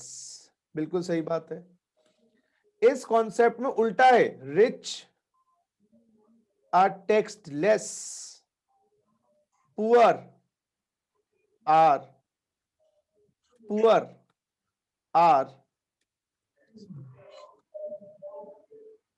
Taxed more. बिल्कुल सही, poor are taxed more, rich are taxed less. बात समझ आ गई? क्या मतलब, कम कमाने पे बोलेंगे 50%, जैसे पुअर स्टूडेंट से फीस ज्यादा और रिच स्टूडेंट से फीस कम। रिग्रेसिव, रिच स्टूडेंट से फीस ज्यादा, पुअर स्टूडेंट से फीस कम। और कांस्टेंट टैक्स रेट क्या होगा बताइएगा, आप बताओ। इनकम के बढ़ने पे परसेंटेज ऑफ टैक्स क्या रहेगा, कांस्टेंट। तो परसेंटेज ऑफ टैक्स को मैंने कांस्टेंट दिखा दिया। तो अमीर बच्चा है क्लास में या गरीब बच्चा है क्लास में, फीस तो मैं 10,000 रुपए लूंगा, बात ही खत्म हो गई। अच्छा, इसको मैं क्या बोलूंगा, rich and poor are tax similarly. Rich and poor are taxed similarly. Question ही उठता है हमारे इनकम टैक्स में प्रोग्रेसिव सिस्टम है, रिग्रेसिव सिस्टम है, कांस्टेंट सिस्टम है। हमारे इनकम टैक्स के टैक्स रेट्स, कैंची इनकम ज्यादा कमाने पे खुलती है, कम खुलती है कम कमाने पे, या कम कमाने पे ज्यादा खुलती है कैंची, या ज्यादा कमाने पे कम खुलती है, या कैंची का मुंह इतना ही खुला रहेगा, इतना देना ही पड़ेगा, कम कमाओ ज्यादा कमाओ। हाँ जी, इनकम टैक्स में कौन सा सिस्टम है, इनकम टैक्स में हमारे, मैं बताऊं, 2 टैक्स रेट्स हैं। ओए हमें तो पता ही नहीं था सर। प्रोग्रेसिव टैक्स रेट है और कांस्टेंट टैक्स रेट है। हमारे इनकम टैक्स में रिग्रेसिव टैक्स सिस्टम नहीं है। यस, लिखिए, under income tax act, under income tax law, tax rates are majority या मेजॉरिटी टैक्स रेट्स या ऑन मेजॉरिटी इनकम्स कह लीजिए। Tax rates on my dear friends majority incomes. चल majority minority छोड़ो। Tax rates are combination, yes my dear friends, are combination of a progressive rates, किसी किसी income में progressive tax rates हैं, और be constant tax rates. ये भी हैं जी, बिल्कुल हैं, गरीब अमीर सबके लिए सेम है। और इस प्रोग्रेसिव टैक्स रेट को एक नाम देते हैं स्लैब रेट्स, स्लैब रेट्स, और नाम देते हैं स्पेशल रेट्स। तो हमारी इनकम टैक्स में माय डियर फ्रेंड्स कुछ इनकम्स आपकी स्लैब रेट्स पे आएंगी, कुछ इनकम आपकी स्पेशल रेट्स पे आएंगी। और आप स्लैब रेट्स का मतलब क्या समझेंगे? प्रोग्रेसिव, यानी कि कम कमाने पे कम प्रतिशत, ज्यादा कमाने पे ज्यादा प्रतिशत। कांस्टेंट टैक्स रेट में क्या है भैया? कम कमाओ ज्यादा कमाओ, प्रतिशत सेम है। थप्पड़ पतले को भी उतना मारूंगा, मोटे को भी उतना मारूंगा। प्रोग्रेसिव में मोटे को ज्यादा मारूंगा, मोटी स्किन है भाई, असर ही ना हो उसको, तो पतले को कम मारूंगा। और रिग्रेसिव में पतले को ज्यादा मारूंगा, मोटे को कम मारूंगा, वो तो गलत बात हो गई। चलो अब एक चार्ट बनाइएगा और हम देखें कौन कौन सी इनकम पे स्लैब रेट है, कौन कौन सी इनकम पे स्पेशल रेट है। तो लिखिए table showing tax rates for, बोलो बोलो, टेल कौन से असेसमेंट ईयर के लिए बताऊं टैक्स रेट्स? कौन से असेसमेंट ईयर के लिए बताऊं? 2021 वही फिर गलत बोल रही हो। फॉर असेसमेंट ईयर 1920 1920, एक खींच के ना झाड़ पड़ेगा। 1920, 21, 22 यानी कि प्रीवियस ईयर 20-21।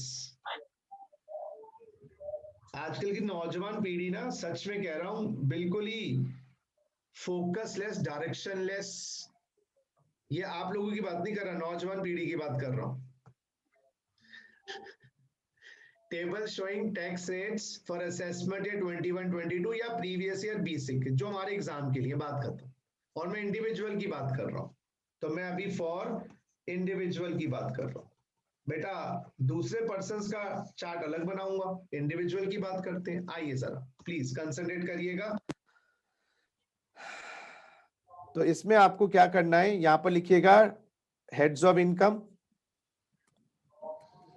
और यहां लिखिएगा अमाउंट। अमाउंट क्यों लिखे भाई? परसेंटेज लिखे। कौन सा टैक्स रेट है? तो यहां पर लिखिए टैक्स रेट। देख लो फिर कॉपी कर लेना एक बार। पहली इनकम है जी सैलरी की हेड। जब आप नौकरी करने जाओगे सैलरी मिलेगी, आपके हिसाब से कौन सा टैक्स रेट लगना चाहिए सैलरी पे? आप लॉ मेकर बन जाओ। स्लैब रेट लगाएं, स्पेशल रेट लगाएं, आपके हिसाब से। बिल्कुल सही, स्लैब रेट लगाएंगे जी। बिल्कुल हिसाब से, बिल्कुल आपने कही कहा, स्लैब रेट लगाएंगे। कम सैलरी कम प्रतिशत, कम कैंची, ज्यादा सैलरी ज्यादा। एक छोटा सा वो पिज्जा वाली बात बताई थी मैंने आपको, पिज्जा वाली कहानी सुनाई थी। अच्छा, तो विनय क्या हुआ, बहुत दिनों से भूखा था क्योंकि पेरेंट्स गए हुए थे दिल्ली से बाहर, और अनफॉर्चुनेटली ये क्रेडिट कार्ड डेबिट कार्ड इसके बाद थे नहीं, वो भी पेरेंट्स ले गए थे। तो अब क्या हुआ, एक पेरेंट्स वापस आए तो उसको डेबिट कार्ड क्रेडिट कार्ड सब मिले। इसने स्मॉल पिज्जा ऑर्डर किया अब स्मॉल पिज्जा ऑर्डर किया और भूखा था 2 दिन से, और सामने जब इसका दोस्त आ जाए तो क्या ये इसको साथ स्लाइस शेयर करेगा? बिल्कुल नहीं करेगा। बोले मेरा पेट तो भरता नहीं है भैया। छोटा एक स्मॉल पिज्जा मैंने ऑर्डर किया है मैं शेयर तो नहीं करूंगा। लेकिन पेरेंट्स ने कहा बेटा इतने दिन से भूखा है, चल 2-4 cheese burst large pizza order कर दे, जिसमें बस लास्ट पिज्जा खाया आपने डोमिनोज का, और उसमें 8 स्लाइसेस होती हैं, और उसके अंदर इसको शेयर करने में भी दिक्कत नहीं होगी क्योंकि ज्यादा पिज्जा है, इतना तो खाई, जो 8 स्लाइसेस इकट्ठे खा जाए ना एक दिन में, उसको 4 दिन तक खाने की जरूरत नहीं पड़ेगी। तो इसलिए मैं कहने की कोशिश क्या कर रहा हूं कि भाई ज्यादा कमा रहे हो ज्यादा दे दोगे, कम कमा रहे हो कम दे दोगे। आइए, सैलरी के बाद दूसरी इनकम है हाउस प्रॉपर्टी। हाउस प्रॉपर्टी पे भी स्लैब रेट है, हाउस प्रॉपर्टी पे भी स्लैब रेट है। तीसरी इनकम है बिजनेस और प्रोफेशन। बच्चों इस पर भी स्लैब रेट है, इस पर भी स्लैब रेट है, ये स्लैब रेट है इस पे भी। चौथी income my dear Laddu Gopal capital gain है। अच्छा, कैपिटल गेन में कुछ इनकम स्लैब पे है, यस, कुछ स्पेशल पे है। कैपिटल गेन चैप्टर अभी किया कहां है? अभी तो चैप्टर्स कहां किए, तो बेसिक कर रहे हैं। थोड़ी सी बात तो यहां पर आपको समझानी पड़ेगी, मोटा मोटा समझाऊंगा नहीं, लिखवा दूंगा। कैपिटल गेन में एक होता है STCG 111A, short term capital gain. अगर 111A सेक्शन में आ गया तो इस पे 15% का स्पेशल रेट है। यस, इसका मतलब ये हुआ भाई 1 लाख कमाओ, 10 लाख कमाओ, 1 करोड़ कमाओ, 100 करोड़ कमाओ, 15% सरकार का है, 15% सरकार का, 85% तुम्हारा। Not bad. अगर आपका long term capital other STCG आया, STCG 111A को छोड़ के कुछ होता होगा, अदर STCG आया तो इस पे स्लैब रेट लगेगा। तो ये हमें पहले समझना पड़ेगा। लेकिन अभी मैं आपको टैक्स कैलकुलेशन पे कंसंट्रेट करवा रहा हूं, इनकम निकालने पे कंसंट्रेट नहीं करवा रहा कि इनकम कैसे आती है। 111A शेयरों की इनकम होती है, मोटा मोटा शेयरों की इनकम होती है। शॉर्ट टर्म का मतलब होता है कुछ पीरियड से पहले बेच दिया, और 12 महीने, मोटा मोटा 12 महीने से पहले रिलायंस के शेयर बेच दिए, 111A में आएगा। ठीक है, other short term capital gain, gold का, डिबेंचर्स का। लंबी अवधि वाले capital gains LTCG 112A, yes, उस पे है 10% ग्रेटर देन 1 लाख। अगर आप 1 लाख से ऊपर कमाते हो तो 10% का टैक्स है। ये मोटा मोटा समझो, रेट पे कंसंट्रेट करो। Other long term capital gain जो 112 में आते हैं बेटा, उस पे टैक्स है 20%। तो बेसिकली लंबी वाले कैपिटल गेन 112A वाले 1 लाख से ऊपर 10% पे टैक्सेबल होते हैं। Other long term capital gain 112A को छोड़ दो, वो 20 पे आते हैं। शॉर्ट टर्म कैपिटल गेन या तो 15 पे या स्लैब रेट पे आते हैं। आइए, पांचवा है अदर सोर्सेस। ये अभी आपको रटना ही पड़ेगा। अदर सोर्सेस में कैजुअल इनकम आती है। हाँ जी बच्चों, बिल्कुल आती है कैजुअल इनकम। ये कैजुअल इनकम 115BB होती है। इसमें KBC, लॉटरी, गैम्बलिंग, 30% का स्पेशल रेट है बाबा।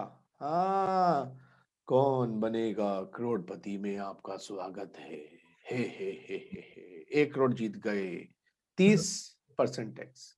10,000 जीते, 30% टैक्स। हंटन गोपाल जीलो मिला, जीलो भाई, 0 पे 30 क्या करोगे? ठीक है। दूसरा पेटेंट की इनकम आई, yes, patent income under section 115BBF, इस पे 10% का स्पेशल रेट है। होता होगा कुछ पेटेंट, कोई नो हाउ, कोई कॉपीराइट, कोई इन्वेंशन होगी आपके पास, रॉयल्टी मिल रही होगी, जब भी तो इनकम आ रही है। अनडिस्क्लोज्ड इनकम, ये वो इनकम है जो इनकम टैक्स वालों को बताई नहीं गई, लेकिन वो चोरी पकड़ी गई। 60% का स्पेशल रेट है, और चोरी कर लो। बोला था गर्लफ्रेंड बॉयफ्रेंड की डिटेल्स माता पिता को शेयर कर दिया करो। क्या करते हो? अपने गर्लफ्रेंड बॉयफ्रेंड की details? Do you share your details of your girlfriend and boyfriend with your parents? Yes, sir. Yes sir. वैसे वेरी गुड मॉडर्न पेरेंट्स, हमारे हिंदुस्तान में थोड़े से पेरेंट्स अभी इतने मॉडर्न हुए नहीं है कि आप बॉय बोले पापा this is my girlfriend, you know. कितने कूल पेरेंट्स ऐसे हों, मतलब आप अपनी गर्लफ्रेंड को इंट्रोड्यूस करो पेरेंट्स के साथ। पापा शाम को I am calling Sushila for the dinner, I will introduce my girlfriend to you. और लड़की बोल दे भाई पापा I am calling Ramlal for dinner, he is my boyfriend. सोचो जरा क्या मतलब हाल माँ बाप करेंगे हमारे देश का। सबसे ज्यादा तो मम्मी चिल्लाएंगी उसके ऊपर। अभी वही तो बिगड़ गई लड़की, हमारे हाथ से निकल गई। मतलब हमारे अभी भी ये आई थिंक 5% पेरेंट्स ही होंगे थोड़े जो मॉडर्न ख्यालत के होंगे। 95% तो चाहे कितने भी मैंने देखे एक्सपीरियंस देखा है, वो इतने इतने फॉरेन में होता है, मूवीज देखो, वो डिनर कर रहे हैं गर्लफ्रेंड बॉयफ्रेंड शाम को आके पेरेंट्स के साथ। यार कितनी कूल सोसाइटी है। एनी हाउ चलो जो भी हमारी भी बढ़िया है यार। तो कहने का मतलब ये है भाई, अब अपने पेरेंट्स, आज कभी आपकी चोरी पकड़ी गई, ऐसा हुआ होगा आपके साथ कि कभी आपने पेरेंट्स को बताया नहीं। अच्छा माँ बाप के ना कान भी बहुत लंबे होते हैं, ये भी मैंने चीज नोटिस करी है हमारे हिंदुस्तानी पेरेंट्स के। मतलब कहीं से भी हम कोई बात कर रहे हो उनके पहुंच जाती है। ऐसा हुआ आपके साथ? सर आवाज नहीं आ रही। अच्छा आवाज नहीं आ रही। अच्छा मैं कह रहा हूँ कि हमारे पेरेंट्स के ना कान भी बड़े लंबे होते हैं, हिंदुस्तानी पेरेंट्स के। मतलब बात कहीं कर रहे होंगे, पता उनको लग जाता है, अरे किससे बात कर रहा था, किससे बात कर रही थी। ये सीआईडी वाले तो कम होंगे, सीबीआई वाले जो आपकी मदर होती हैं, मतलब रात के 2 बजे भी तुम कहीं बात कर लो, उनको वो भी पता लग जाता है भाई किससे बात कर रहे थे 2 बजे। अब चक्कर क्या फंस गए तुम मोबाइल, और तुम डिलीट करना भूल गए सुशीला का नंबर। लिखा था सुशीला कॉलिंग या कॉलिंग सुशीला, वो आ गई लिस्ट में। अब तुम्हारी जो भूत बनाया जाएगा तुम्हारा हिंदुस्तान में, इससे बहुत बड़ा क्राइम कर दिया भाई, फ्रेंड बना लिया तो आ जाए इसका, और उसका कॉलेज जाना बंद करो, स्कूल जाना बंद करो, ये वो बंद करो, मोबाइल छीन लो उसका। ऐसा हुआ तुम्हारे साथ कभी? ये हाँ या ना जवाब देना जरा। यस सर हुआ है ना। तो यही वो अब क्या करें भैया, मैं तो बेस्ट मैं तो बनाता ही नहीं था इसलिए। मैं जिस रास्ते जाना नहीं उस रास्ते देखना क्या। तो मैंने तो कभी वैसा पछताता हूँ वैसे मैं, लेकिन ये कि I was a very simple child, in fact बहुत सीधा था मैं स्कूल में। और जब थोड़ी कुछ अकल आई बड़े होके, जब बड़े होके कुछ अकल आई उतने में पर कट गए। अब शादी वादी हो गई, अब एथिक्स आ जाते हैं कोई भी चीज के लिए। लेकिन मैं तो आपको राय दूंगा, do everything with in your limits. मैं तो राय दूंगा ये, बाकी आप इस राय को मानो ना मानो, एंजॉय करना चाहिए लाइफ।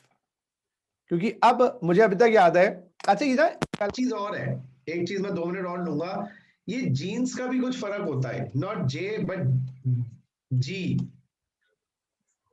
बचपन से ना, सुन रहे हो आप मेरी बात? यस सर बचपन से ना कोई बच्चे तो साले वो बदमाश, हरामी वर्ड तो नहीं बोलना चाहिए, बदमाश वर्ड होता, बदमाश होते हैं। और कुछ बचपन से मेरे पढ़ाकू और इंटेलिजेंट, वो कुछ 5% टॉप में आने वाले वो होते हैं।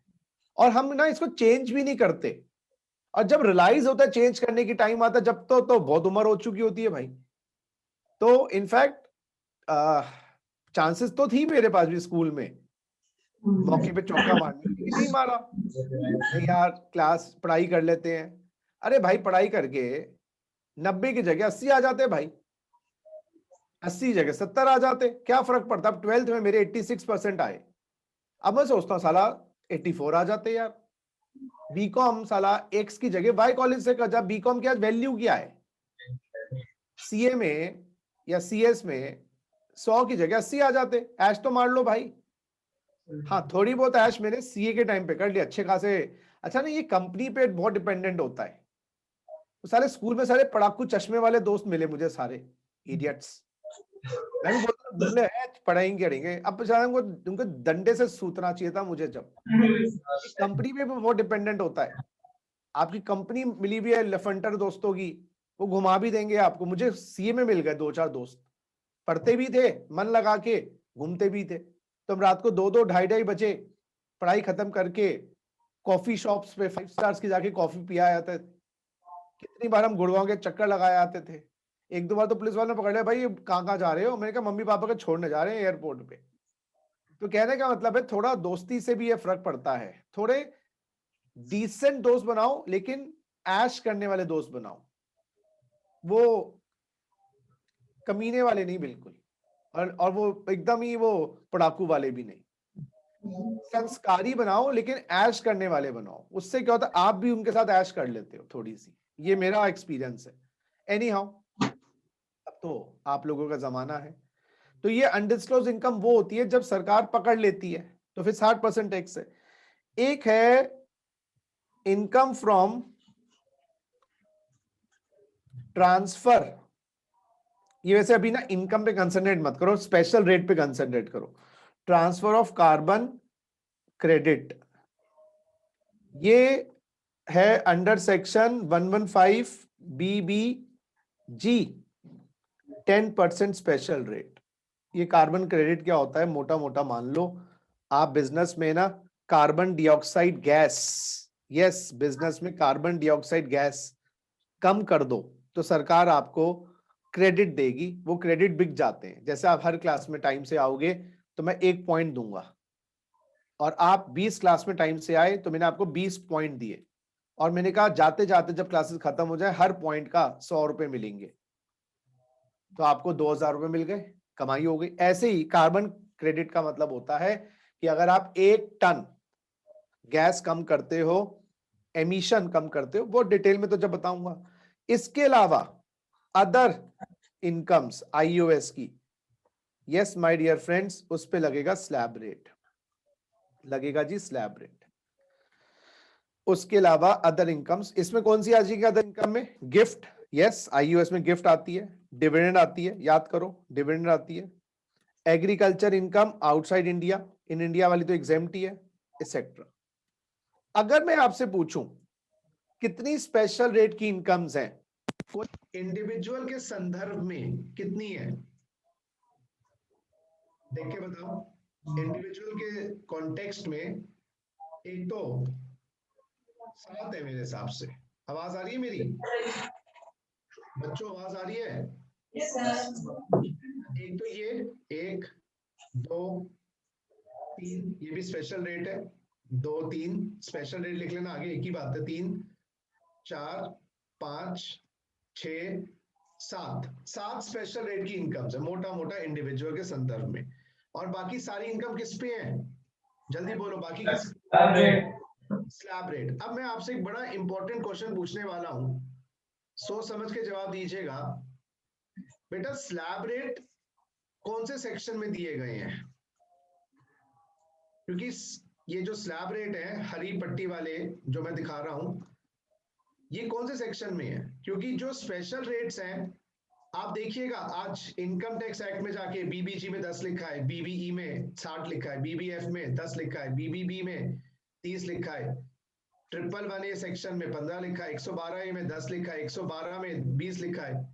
लेकिन बेटे स्लैब रेट के सेक्शन कौन सा है? ये सेक्शन तो बता ही नहीं मैंने। अब एग्जाम में आ जाए स्लैब रेट कहाँ होते हैं तो क्या बोलोगे? स्लैब रेट कहाँ होते हैं बताओ, कौन से सेक्शन में होते हैं? स्लैब रेट सेक्शन में नहीं होते, स्लैब रेट फाइनेंस एक्ट में होते हैं। Slab rates are mentioned in finance act.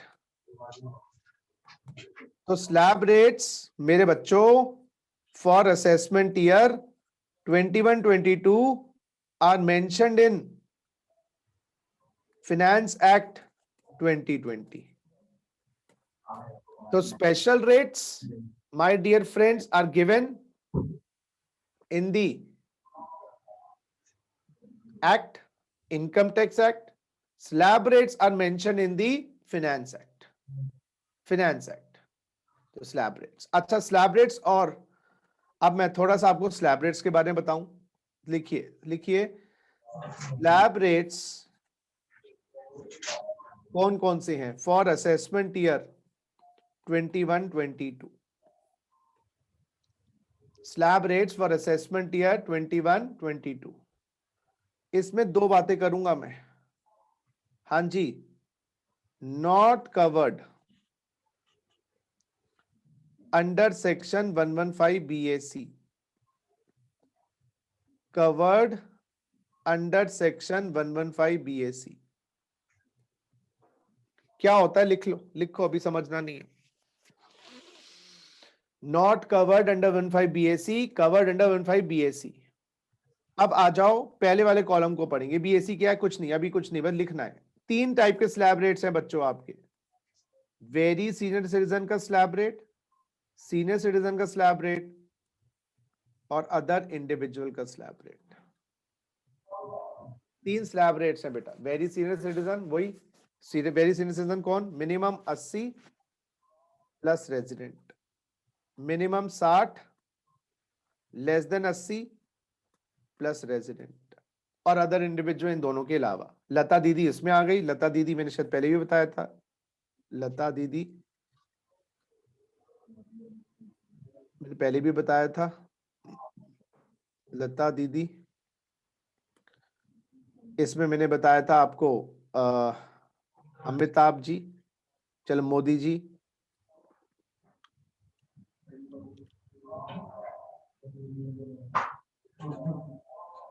इसमें SG।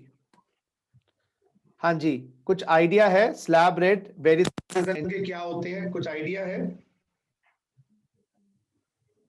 हाँ ना बोलो। No sir. अच्छा, 0 से लेकर 5 लाख तक जो स्लैब का टैक्स लगेगा, स्लैब रेट लगेगा, वो निल लगेगा। ये आपकी स्लैब इनकम है बेटा। स्लैब इनकम पे लगाना है, स्पेशल वाले पे स्पेशल लगेगा। अगर आपकी स्लैब इनकम, ये मैं वेरी सीनियर सिटीजन की लिखवा रहा हूं, 5 लाख तक निल। अगर 5 लाख से ज्यादा है, 10 लाख तक 20%, और 10 लाख से ऊपर 30%। ये स्लैब रेट है जी लता दीदी के लिए। मोदी जी के स्लैब रेट जो स्लैब इनकम पे लगेंगे, भाई आप किसी दाल में तड़का लगाते हो, किसी दाल में तड़का नहीं लगाते हो, है ना। पीली दाल में क्या तड़का लगाओ, तो पीली वैसे ही है। तो 0 से लेकर 3 लाख। और कौन सा स्लैब टैक्स लगेगा, स्लैब रेट लगेगा निल। अभी हमने लास्ट टाइम एग्जामिशन लिमिट पढ़ी थी, 3 लाख से 5 लाख। हाँ जी, टैक्स लगेगा 5%। 5 लाख से 10 लाख टैक्स लगेगा 20%, और 10 लाख से ऊपर टैक्स लगेगा 30%। और अदर इंडिविजुअल की बात करें, SG की बात करें, तो मेरी स्लैब इनकम बच्चा पार्टी 0 से 2.5 लाख तक है, तो मेरे ऊपर स्लैब रेट लगाओगे निल, कोई टैक्स नहीं देना मुझे। मेरी इनकम 2.5 से ऊपर है, 2.5 लाख से 5 लाख तक, तो मुझे टैक्स देना है बच्चों 5%। 5 लाख से 10 लाख मैं कमाता हूं, मुझे टैक्स देना है 20%, और 10 लाख से ऊपर मैं कमाता हूं, मुझे टैक्स देना है 30%। कॉपी करो जी। ये तीनों बेटा इनके लिए है जो नॉट कवर्ड इन 115 BAC है। ये स्लैब रेट 3 लोगों के लिए, very senior citizen, senior citizen, और अदर इंडिविजुअल।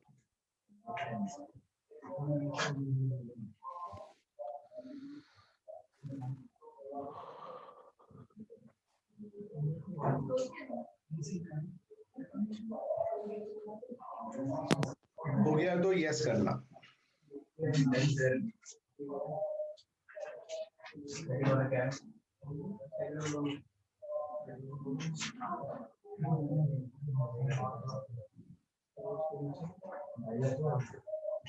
हाँ जी, यस होगा। लिख लिया तो बताना दोबारा।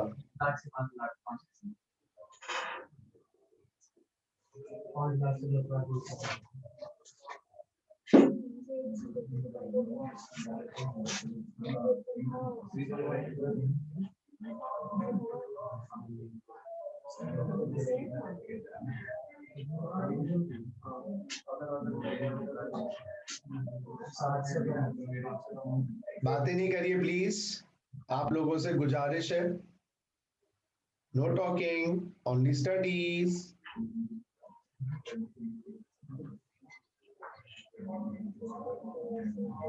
हाँ जी, कॉपी हो गया बच्चों? चलो, अब जो बंदे इसमें स्लैब पे आएंगे ना, ये कुछ सेक्शन है, इसके लिए ना नीचे एक थोड़ी सी जगह खाली छोड़ दूंगा। यहाँ पर इतना बॉक्स काफी है, ये मैं करवाऊंगा बाद में। ये अभी कुछ है, कोई चीज, एक नया चीज आई है, नया स्लैब रेट्स आए हैं 15 BSc वाले लोगों के लिए। क्या होता है, इतनी जगह खाली है, अभी मैं इस पे नॉट कवर्ड वाले कॉन्सेप्ट पे आऊंगा, ठीक है। अब आप क्या करेंगे, यस लिखिए जरा, स्टेप्स फॉर कंप्यूटेशन ऑफ, बेटा इनकम टैक्स में ना याद रखना दो ही काम करने हैं बस, यस बस इनकम टैक्स में अगर आपको लाइफ में कुछ अच्छा, जैसे मैंने किया इनकम टैक्स में कुछ अच्छा, लाखों करोड़ों कमाए, तो आप भी इनकम टैक्स में दो काम करना। एक, इनकम टैक्स में बच्चों टोटल इनकम निकालनी है जिसके स्टेप्स मैंने बताए, और दूसरा इनकम टैक्स में टैक्स निकालना है। तो इनकम टैक्स में सारा जो काम है वो दो ही है, या तो आपको टोटल इनकम निकालनी है या टैक्स निकालना है। और असेसमेंट यार आपको पता ही लग गया 21-22, हाँ या ना? तो टोटल इनकम के स्टेप्स मैंने बताए, अभी हमको तो एक्टिवेट करेंगे, कैसे कैसे करना है, मोटा मोटा सीख रहे हैं ना अभी। अच्छा, टैक्स लायबिलिटी का आप बताओ सबसे स्टेप क्या होगा, आप लोग सोच के बताओ, टैक्स निकालने के लिए सबसे पहला स्टेप क्या होगा?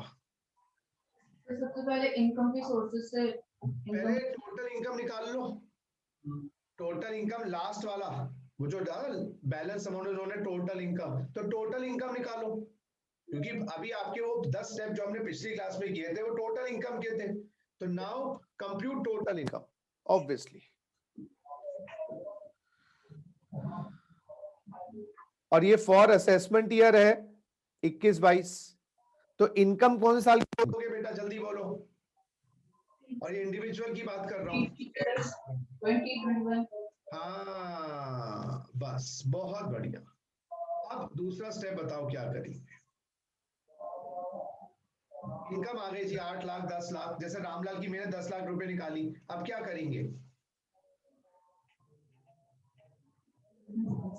डिडक्शन बेटा डिडक्शन बेटा सब ले चुका है ना, जीटीआई से एग्जम्पशन लिमिट माइनस नहीं, सोच के बताओ। अब टोटल इनकम में क्या करेंगे?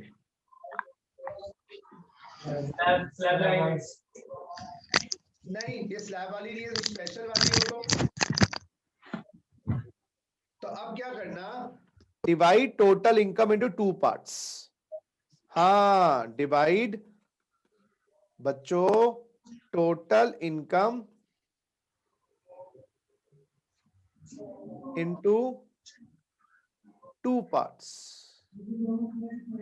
Yes my dear Laddu Gopal, total income को दो हिस्सों में डिवाइड करो, सारी स्लैब को अलग कर लो, स्लैब इनकम्स, और स्पेशल इनकम्स अलग कर लो। डिवाइड करिए टोटल इनकम को स्पेशल और स्लैब केसेस में। जैसे घर में अलमारी में रोजमर्रा के कपड़े, वो जिनमें छेद हुआ हुए फटे हुए हैं, वो भारी रखे रहेंगे, निक्कर है, वो आपका मोजे हैं। लेकिन जो अच्छे पार्टी वेयर कपड़े हैं वो थोड़ा सा हम लेफ्ट वाले बॉक्स में या राइट वाले बॉक्स में थोड़ा पीछे करके, तो ऐसे टोटल इनकम में स्लैब इनकम अलग करिए, स्पेशल इनकम अलग करिए, क्योंकि स्पेशल पे स्लैब नहीं है और स्लैब पे स्पेशल नहीं है। ठीक है ना भाई? भाई कुछ बच्चों की अलग पिटाई होनी है, आपकी अलग तरीके से पिटाई होनी है, सबको अलग अलग तो करो। किसी को डंडा पड़ेगा, किसी को डांट पड़ेगी, सबने अलग अलग बदमाशियां की हुई हैं। अच्छा, तीसरा स्टेप बताओ।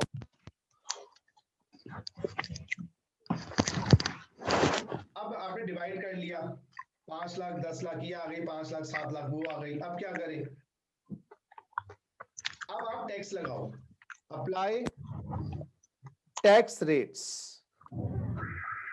कैसे सर, कैसे? अरे सुनो ना, स्लैब इनकम पे कौन सा टैक्स रेट लगाओगे? बताओ, स्लैब इनकम पे कौन सा टैक्स लगाओगे? स्लैब रेट्स, स्लैब इनकम पे मेरे प्यारे बच्चों स्लैब रेट्स लगाओगे। वो देख लेना, बुढ़ा है जवान है, 115 बीएसई में है, 115 बीएसई में नहीं है, वो सब अभी करना है। और बच्चों स्पेशल इनकम पे कौन सा टैक्स लगाओगे? स्पेशल इनकम पे कौन सा टैक्स लगाओगे? Special rates. ठीक है, यहां पर क्या करना, नीचे एक पैराग्राफ छोड़ देना, एप्लीक्स अप्रॉक्स 5 to 6 लाइंस ब्लैंक छोड़ देना, 5 to 6 लाइंस ब्लैंक छोड़ देना। यस। अब क्या करोगे? अब सरकार कह रही है टैक्स लगा दिया, हाँ जी लगा दिया, स्लैब पे स्लैब, स्पेशल पे स्पेशल। अब गवर्नमेंट कह रही है स्टेप 4, अब गवर्नमेंट कह रही है क्या आप लोअर इनकम ग्रुप को बिलोंग करते हो? क्या आप लोअर इनकम ग्रुप को बिलोंग करते हो? लोअर इनकम ग्रुप क्या क्या मतलब? गवर्नमेंट कह रही है क्या लोअर इनकम ग्रुप को बिलोंग करते हो तो हम तुम्हें टैक्स के अंदर डिस्काउंट देंगे, टैक्स से डिस्काउंट मिलेगा। जैसे फीस आपको मैंने बता दी टैक्स की, लॉ की इतनी, आपने कहा सर अभी मम्मी पापा नहीं है दिल्ली में, बाहर गए हुए हैं या इंटरनेशनल है, मैं इतना पैसे नहीं खर्च कर सकता, मेरे पास इतने पैसे नहीं है, तो मैं टैक्स में डिस्काउंट दे दूंगा, आपकी फीस में डिस्काउंट दे दूंगा, तो ऐसे टैक्स में डिस्काउंट मिलेगा। 87 है। अब लोअर इनकम ग्रुप का मतलब क्या? गवर्नमेंट कहती है भाई तुम्हारी टोटल इनकम मैक्सिमम 5 लाख, अगर टोटल इनकम 5 लाख तक है, ठीक है, और तुम इंडिविजुअल हो और तुम रेजिडेंट हो देश के, तो तुम्हें अधिकतम डिस्काउंट 12,500 रुपए तक का मिल सकता है, 12,500 रुपए तक का डिस्काउंट मिल सकता है। ठीक है बात, जो मिल जाए। टैक्स आया 20 का, 12.5 घटा दिए, 7.5 देना पड़ेगा। टैक्स आया 15 का, 12.5 घटा दिए, 2,500 देना पड़ेगा। टैक्स आया 10 का तो देना ही नहीं पड़ेगा, क्योंकि मैं 12,500 का कूपन दे दूंगा आपको फीस का। फीस 12.5 तक है तो आपको 1 रुपया नहीं देना, फीस 15 है तो 2.5 देना। बात समझ आई नहीं आई कि लोअर इनकम ग्रुप को आप बिलोंग करते हो तो आपको टैक्स में डिस्काउंट देंगे 12,500 रुपए तक। कैलकुलेशन पार्ट तो मैं बताऊंगा, बात समझ आई नहीं आई? जल्दी बोलो बच्चों, आ गई। थ्योरी पे कंसंट्रेट करो। अच्छा, अगर आप हायर इनकम ग्रुप को बिलोंग करते हो, हायर इनकम ग्रुप को बिलोंग करते हो, अरे बच्चा आया, मैंने कहा बेटा कौन हो तुम? क्या मुकेश अंबानी का मैं लड़का हूं, टैक्स पढ़ना चाहता हूं आपसे। बहुत बढ़िया, तो मैं उसको क्या रिबेट दूंगा या उसको या उसको फीस बढ़ा दूंगा? बढ़ा दोगे? फीस तो बढ़ा दूंगा। तो यहाँ पर मैं क्या ऐड करूंगा, ये सब्ट्रैक्ट है, सब्ट्रैक्ट है गरीब लोगों के लिए जो 5 लाख तक कमाते हैं, और अमीर लोगों के लिए गवर्नमेंट कहते हैं ऐड सरचार्ज, सरचार्ज ऐड कर देंगे, additional tax. Yes, surcharges, additional tax. और ये किसके लिए है मैं बताऊं? जो उनकी टोटल इनकम 50 लाख से ऊपर है उनको देना है 10% extra tax, 10% extra tax, additional tax, ऊपर लिख ही दिया वैसे। अच्छा, 50 लाख से 1 करोड़ तक है, ओरे बाबा, और टोटल इनकम 1 करोड़ से ऊपर है 15% देना है, 2 करोड़ तक है तो। और सर टोटल इनकम 2 करोड़ से ऊपर है, 5 करोड़ तक है, 25% देना है। और टोटल इनकम 5 करोड़ से ऊपर है साल की, भाई लूट तबाही मचा दी तुमने तो, 37% देना है। तो हायर इनकम ग्रुप का मतलब ये हो गया 5 लाख से ऊपर, 50 लाख से ऊपर तुम्हारी टोटल इनकम, अब मैं आपसे क्वेश्चन पूछूंगा, पहले लिख लो, लिख लो, और यहाँ पर एक लाइन भी लिख लेना, ये लिखवा समझ नहीं आएगी, सब्जेक्ट टू मार्जिनल रिलीफ, लिख लेना ये सब्जेक्ट टू मार्जिनल रिलीफ, ये लिख लो तो हाँ कर देना एक बार।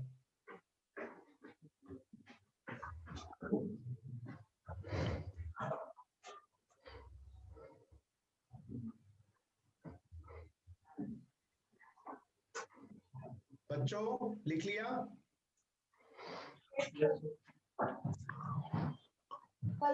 Yes sir. Subject to marginal relief, marginal relief MARGINAL, marginal.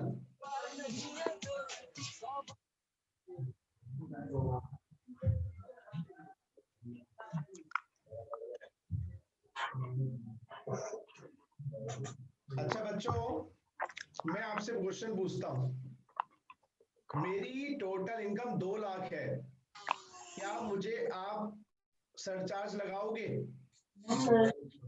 क्या रिबेट दोगे? रिबेट? Yes sir. नहीं, 2 लाख पे तो टैक्स ही नहीं है। तो 2 लाख पे तो टैक्स ही नहीं है, यानी कि आपकी टोटल इनकम एग्जेम्पशन से ऊपर हो 2.5, 3। अच्छा, ज्यादा बुड्ढे को डिबेट लेने की जरूरत ही नहीं है, क्योंकि ज्यादा बुड्ढा जो है लता दीदी या MMS, उनकी तो 5 लाख तक ही टैक्स ही नहीं होता। देखो 5 लाख तक ही टैक्स नहीं होता, 5 लाख तक, तो उनको भी डिबेट लेने की, उनको तो फीस ही नहीं लेता मैं गरीब बच्चे से, तो कूपन का लेके क्या करेगा? तो थोड़ी थोड़ी बातें अभी और समझ आएंगी बेटर तरीके से, अभी थ्योरी लिखवा रहा हूं। अच्छा, अब मैं आपसे क्वेश्चन पूछता हूं, मेरी टोटल इनकम 15 है, 15 लाख, क्या मैं लोअर इनकम ग्रुप को बिलोंग करता हूं? हाँ या ना जवाब देना। नो, 15 लाख है, 15 लाख, ये 5 लाख तक है, क्या मैं लोअर इनकम को बिलोंग करता हूं? नो। क्या मैं हायर इनकम को बिलोंग करता हूं? नो। तो यानी कि जिसकी टोटल इनकम 5 लाख से ज्यादा है, 50 लाख तक है, उसको इनकम टैक्स में 15 कोई मिनट रुक जाओ। सब्ट्रैक्शन एडिशन नहीं है। सब्ट्रैक्शन 5 लाख तक के लिए है, 6 लाख, 7 लाख, 8 लाख, 15 लाख, 20 लाख, 25 लाख, 30 लाख कुछ नहीं, वो मिडिल इनकम ग्रुप हो गए। अच्छा, ये मैंने अपनी नॉलेज के लिए बता दिया, MIG मिडिल इनकम ग्रुप के लिए, जिसकी टोटल इनकम 5 लाख से ज्यादा है, 50 लाख तक है, उसको मिडिल इनकम ग्रुप कहेंगे। इस पे मिडिल क्लास कहेंगे, इस पे कोई रिबेट नहीं है, कोई सरचार्ज नहीं है, कोई रिबेट नहीं है, कोई सरचार्ज नहीं है। ये बात पल्ले पड़ी? बताओ हाँ या ना। अच्छा, अब सरकार का मन नहीं भरा, सरकार कह रही है स्टेप 5 के बाद एक स्टेप और लगाओ। मैंने कहा ठीक है जी। Step 6, add 4% health and education cess in all cases. लो जी, चाहे आप LIG हो, चाहे आप MIG हो, चाहे आप HIG हो, लोअर इनकम ग्रुप हो, MIG हो, मिडिल इनकम ग्रुप हो, हायर इनकम ग्रुप हो, 4% देना ही पड़ेगा। स्वास्थ्य के लिए और गरीब बच्चों की शिक्षा के लिए पैसे चाहिए, देना पड़ेगा 4%, और सबको देना पड़ेगा। क्या कर रहे, कुछ नहीं कर सकते। आ गया जी, आ गया जी, लास्ट स्टेप आ गया, step 7। Balance amount is known as, balance amount is known as, yes my dear friends, tax liability. यही तो सिखानी थी आपको। हो गया जी, चलो क्लास खत्म, टैक्स निकाल दिया हमने, अब अपने घर जाओ, इनकम टैक्स का पैसा हो गया जी खत्म। In balance is tax liability, इसको भी गुलाई में लेके आना है, गुलाई में अंडर सेक्शन 288B। सर क्या मतलब?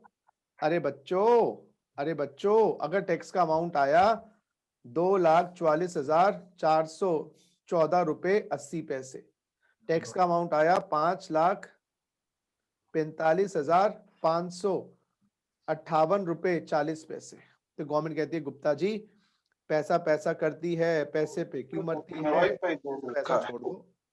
शोभा नहीं देता, आजकल के जमाने में पैसे सिक्के भी नहीं आते, 80 पैसे 90 पैसे, खाली 1 रुपए से तो कमाता ही नहीं कुछ, तो इसका टैक्स राउंडिंग ऑफ होगा Yes, my dear friends, 244410 और इसको राउंड ऑफ करेंगे 545560। बच्चों टोटल इनकम और टैक्स दो ही काम करने इनकम टैक्स में। चलो 108 बार बोलो, टोटल इनकम और टैक्स, टोटल इनकम और टैक्स, टोटल इनकम और टैक्स, टोटल इनकम और टैक्स। टोटल इनकम भी सरकार के बताए हुए रास्ते से और टैक्स भी सरकार के बताए हुए रास्ते से। टोटल इनकम के भी 6-7 स्टेप्स थे, टैक्स के भी 6-7 स्टेप्स थे। और ये सारा काम टोटल इनकम निकालने का, टैक्स निकालने का असेसमेंट ईयर में करना है, फिर रिटर्न फाइल करनी है जो मैंने बताई, और जाके सो जाना है। फिर गवर्नमेंट आपको जगाएगी अगर आपने कुछ गड़बड़ी करी होगी, गवर्नमेंट सोने देगी अगर आपने गड़बड़ी नहीं करी होगी, कोई नोटिस नहीं आएगा आपके पास। यहां तक लिख लिया हाँ या ना बोलिए। चलो अब हम करेंगे जी प्रैक्टिकल काम। बस आपका बेस बिल्डिंग का काम हो गया। अब मजे वाला काम करने वाले हैं। हमारे चंकी पांडे साहब हैं जी, उनकी बेटी अनन्या पांडे, चंकी पांडे, उम्र मामा मिया 55 साल के हैं, रेजिडेंट है। चलो, और टोटल इनकम इनकी देखिएगा 2 लाख है, टोटल इनकम 5 लाख है, टोटल इनकम 10 लाख है, 5 लाख नहीं, टोटल इनकम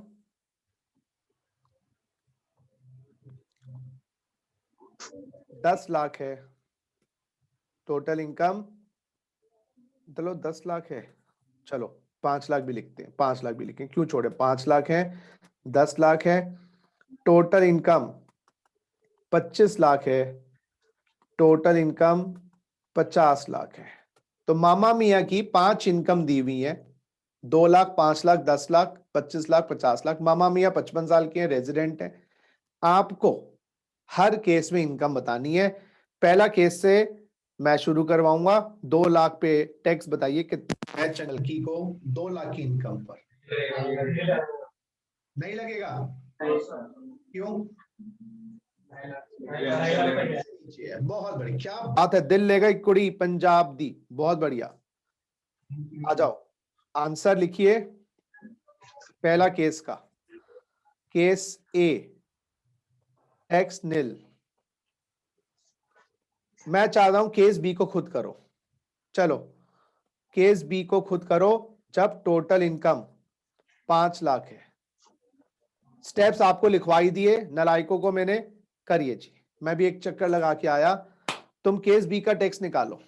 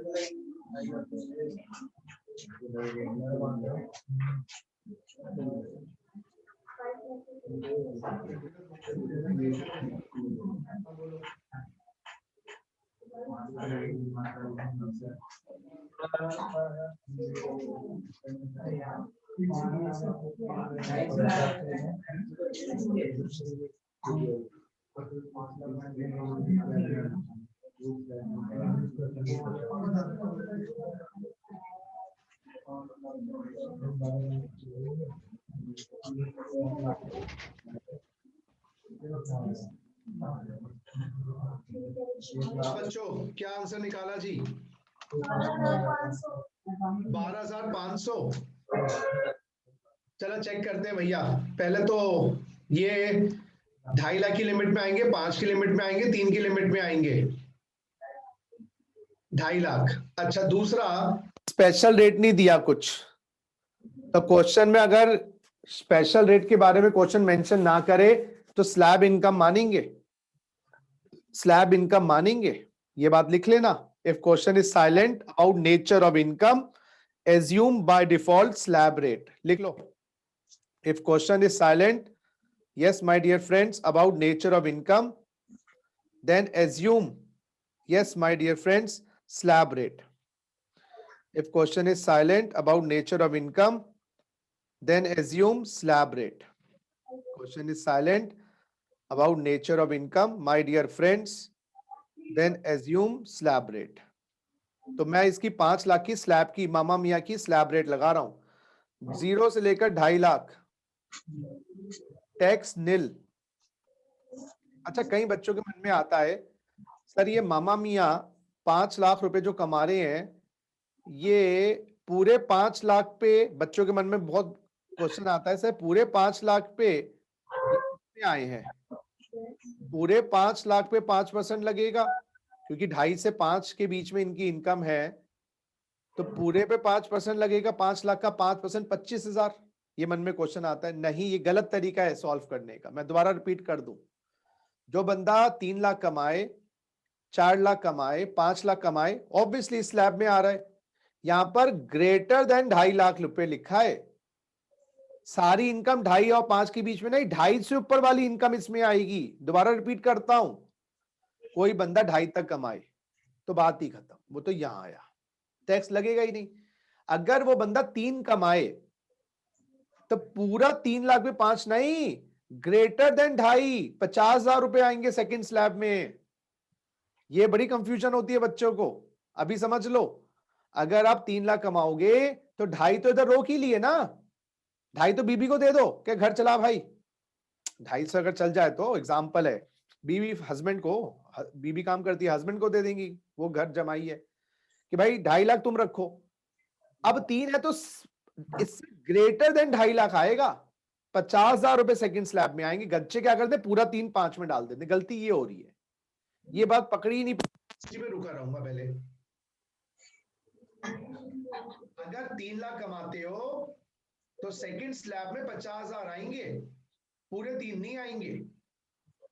बोलो, ये बात समझ आई नहीं आई?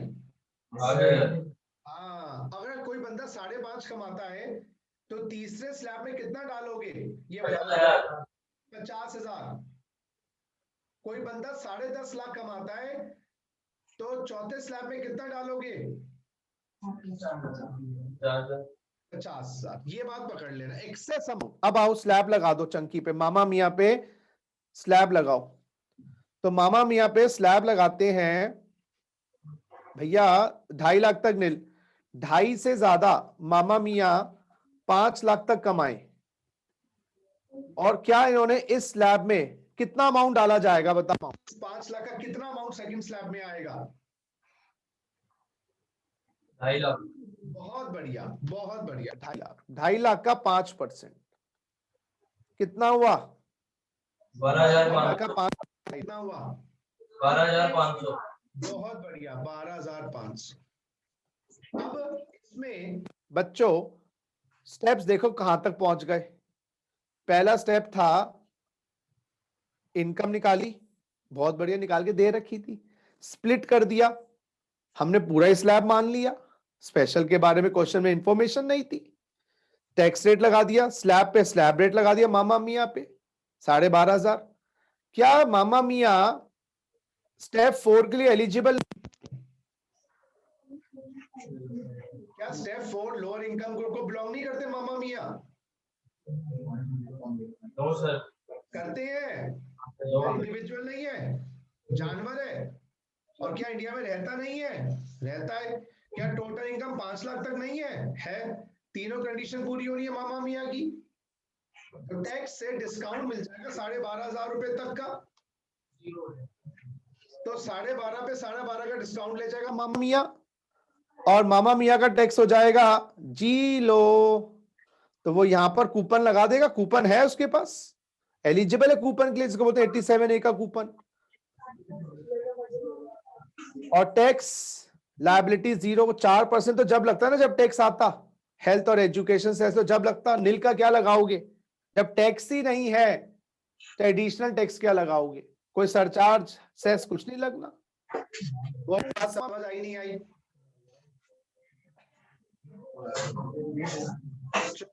बात समझ आई नहीं आई? हाँ या ना बोलो जल्दी से। सर एक बार और बता दो ये। चलो 87A का जो डिस्काउंट है बच्चों, कंडीशन देखो ना आपके सामने है। पहली बात, टोटल इनकम 5 लाख तक होनी चाहिए। बताओ टोटल इनकम 5 लाख तक नहीं है। हाँ या ना बोलो। है क्या वो इंडिविजुअल है? यस। क्या रेजिडेंट है? यस। तीनों कंडीशन पूरी हो गई तो टैक्स में छूट मिल जाएगी, डिस्काउंट मिल जाएगा, टैक्स में डिस्काउंट मिल जाएगा। कितना? 12,500 तक का। तो 12.5 का ही टैक्स बना, तो 12.5 का 12.5 चले गए और टैक्स लायबिलिटी कितनी हो गई मामा मियाँ की? नील। अब मन में क्वेश्चन क्या आ रहा है वो पूछो। मन में क्वेश्चन क्या आ रहा है वो पूछो।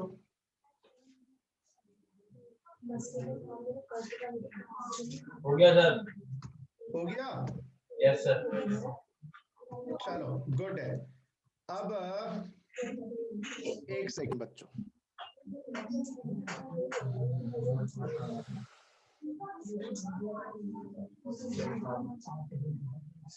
अब करो ये तीसरा केस करो। 10 लाख पे नहीं, टैक्स मामा मियाँ का 10 लाख 1,12,500। कितना बेटा? 1,12,500। 1,12,500। जरा देख लेते हैं, आइए जरा। ये वही रामलाल वाला केस हो गया जो मेरा दोस्त था, ladies footwear. Total income 10 lakh, 0 से लेकर, माय डियर फ्रेंड्स, 0 से लेकर 2.5 लाख बिल, 2.5 लाख से ज्यादा 5 लाख। बेटा 2.5 लाख रुपए तो रहे, इंटू 5%, 12,500। और 5 लाख से ऊपर मामा मियाँ ने 10 लाख तक कमाया, बिल्कुल कमाया मामा मियाँ ने 5 लाख रुपए। मामा मियाँ का 20%, 1 लाख। 1 लाख। और किसी ने सही बोला अभी 1,12,500। कोई नहीं, आराम से 87A कितना बताओ बेटा? 87A बताओ, 87A कितना? 12,500। नील नलायक। अब वो मिडिल लोअर इनकम ग्रुप में नहीं है, 5 लाख से ज्यादा कमा रहा है, टोटल इनकम 10 लाख है। लोअर क्लास में वो 5 लाख तक जो कमाते हैं उनके लिए है, ये 10 लाख कमा रहा है तो ये लोअर इनकम ग्रुप में नहीं है। सरचार्ज है? Surcharge yes sir. जल्दी बताओ। सरचार्ज एक्सपायर्ड है, मैसेज अभी पढ़ा मैंने। सरचार्ज है? Yes sir.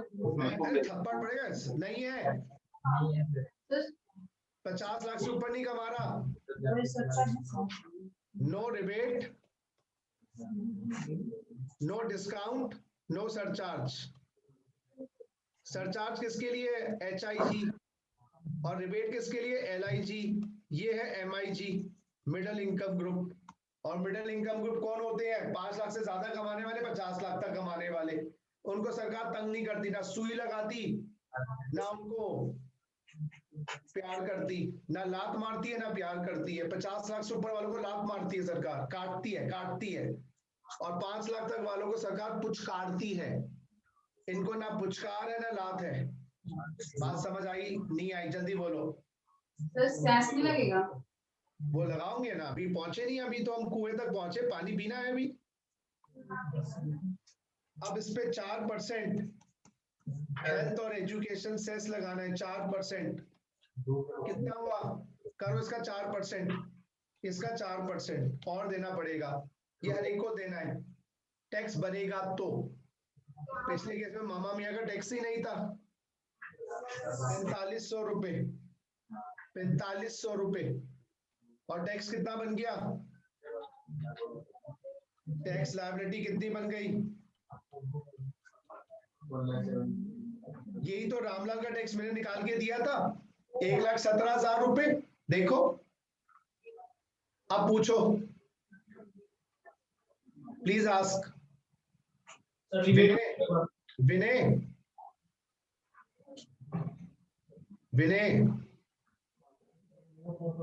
Saumya, yes sir. इसको 87A क्यों नहीं दिया? सर आपने बताया तो था रिबेट मिलते लोअर इनकम ग्रुप को और और सरचार्ज क्यों नहीं लगाया? सिर्फ क्योंकि हायर ग्रुप में भी नहीं आते हैं क्योंकि ये 50 हाँ, ये मिडिल क्लास में आ गया तो दोनों नील हो गए। अब पूछ लीजिएगा, बातें नहीं करिएगा। अब ये 2 क्वेश्चन होमवर्क के लिए दे रहा हूं। 25 लाख का टैक्स, 50 लाख का टैक्स, होमवर्क के लिए लिखो। 25 लाख का टैक्स, 50 लाख का टैक्स। सर 50 वाले में तो सरचार्ज लगेगा ना सर? नहीं लगेगा। 50 से ज्यादा लगेगा। हाँ देखो, ज्यादा अप टू 50 में नहीं है। अभी सरचार्ज इसलिए बता ही नहीं तो कर नहीं पाते, इसलिए मैंने वो क्वेश्चन ही नहीं लिया। तो लिखो ये 2 क्वेश्चन करने हैं। और सुनो, चंकी पांडे की जगह इनको मोदी जी का एग्जाम्पल बना लो। एज यू 5 केसेस, ए मोदी जी और बी लता दीदी। ये 5 आंसर इसमें भी निकालिएगा, मोदी जी और लता दीदी। मोदी जी मान लेते हैं 68 इयर्स प्लस रेजिडेंट और लता दीदी 82 इयर्स प्लस रेजिडेंट। तो ये 5 केसेस दोनों में भी सॉल्व करने हैं। तो बच्चों आज हमने क्या सीखा? आज हमने बहुत अहम बातें पढ़ी, क्योंकि हल्के हल्के हमारी नॉलेज बढ़ती जा रही है। तो आज हमने बहुत कुछ किया। आज हमने इनफैक्ट स्टार्ट किया पीरियड से। पीरियड का मतलब 12 महीने, 6 महीने, 12 महीने 12 महीने फाइनेंशियल कैलेंडर। फाइनेंशियल और 20-21 या 21-22, 20-21 फाइनेंशियल ईयर 20-21। और टैक्स और रिटर्न कब देना होता है? असेसमेंट या previous year? Assessment year. Assessment year में पहला काम क्या? डिटेल्स। दूसरा काम क्या? इनकम। तीसरा काम क्या? टैक्स। चौथा काम जमा करवाना। 5वां काम रिटर्न भरना। इनको कौन से साल में करना है? असेसमेंट ईयर है हमारे लिए। हमारे लिए कौन सा असेसमेंट ईयर है? 21-22। बहुत बढ़िया। हमारे ऊपर इनकम टैक्स प्रोग्रेसिव है, रिग्रेसिव है, कांस्टेंट है? Progressive as well as constant.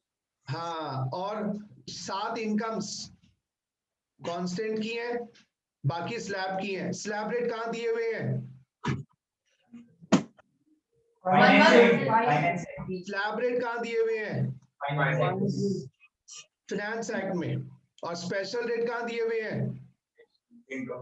Income tax act में।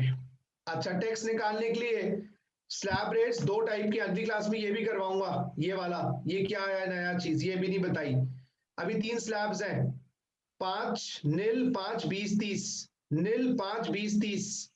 इसका नील 20-30, 5 गायब क्योंकि 5 लाख तक टैक्स नहीं है। स्टेप्स निकालने के लिए टोटल इनकम डिवाइड करिए, टैक्स लगाइए। और लोअर इनकम ग्रुप को बिलोंग करते हैं तो सरकार का प्यार, मुझे तो कोई प्यार ही नहीं करते हैं इसको प्यार, हम इसको करते हैं प्यार। इसको लात मारते हैं, बेटा तू ज्यादा कमा रहा है, तुझे लात खानी पड़ेगी 10%। ये लात वाली बात अगली क्लास में करेंगे। और ये 4% लात सबको मिलेगी। ये 4% वाली मार लोअर हो, मिडल हो, हायर हो, सबको लगेगी।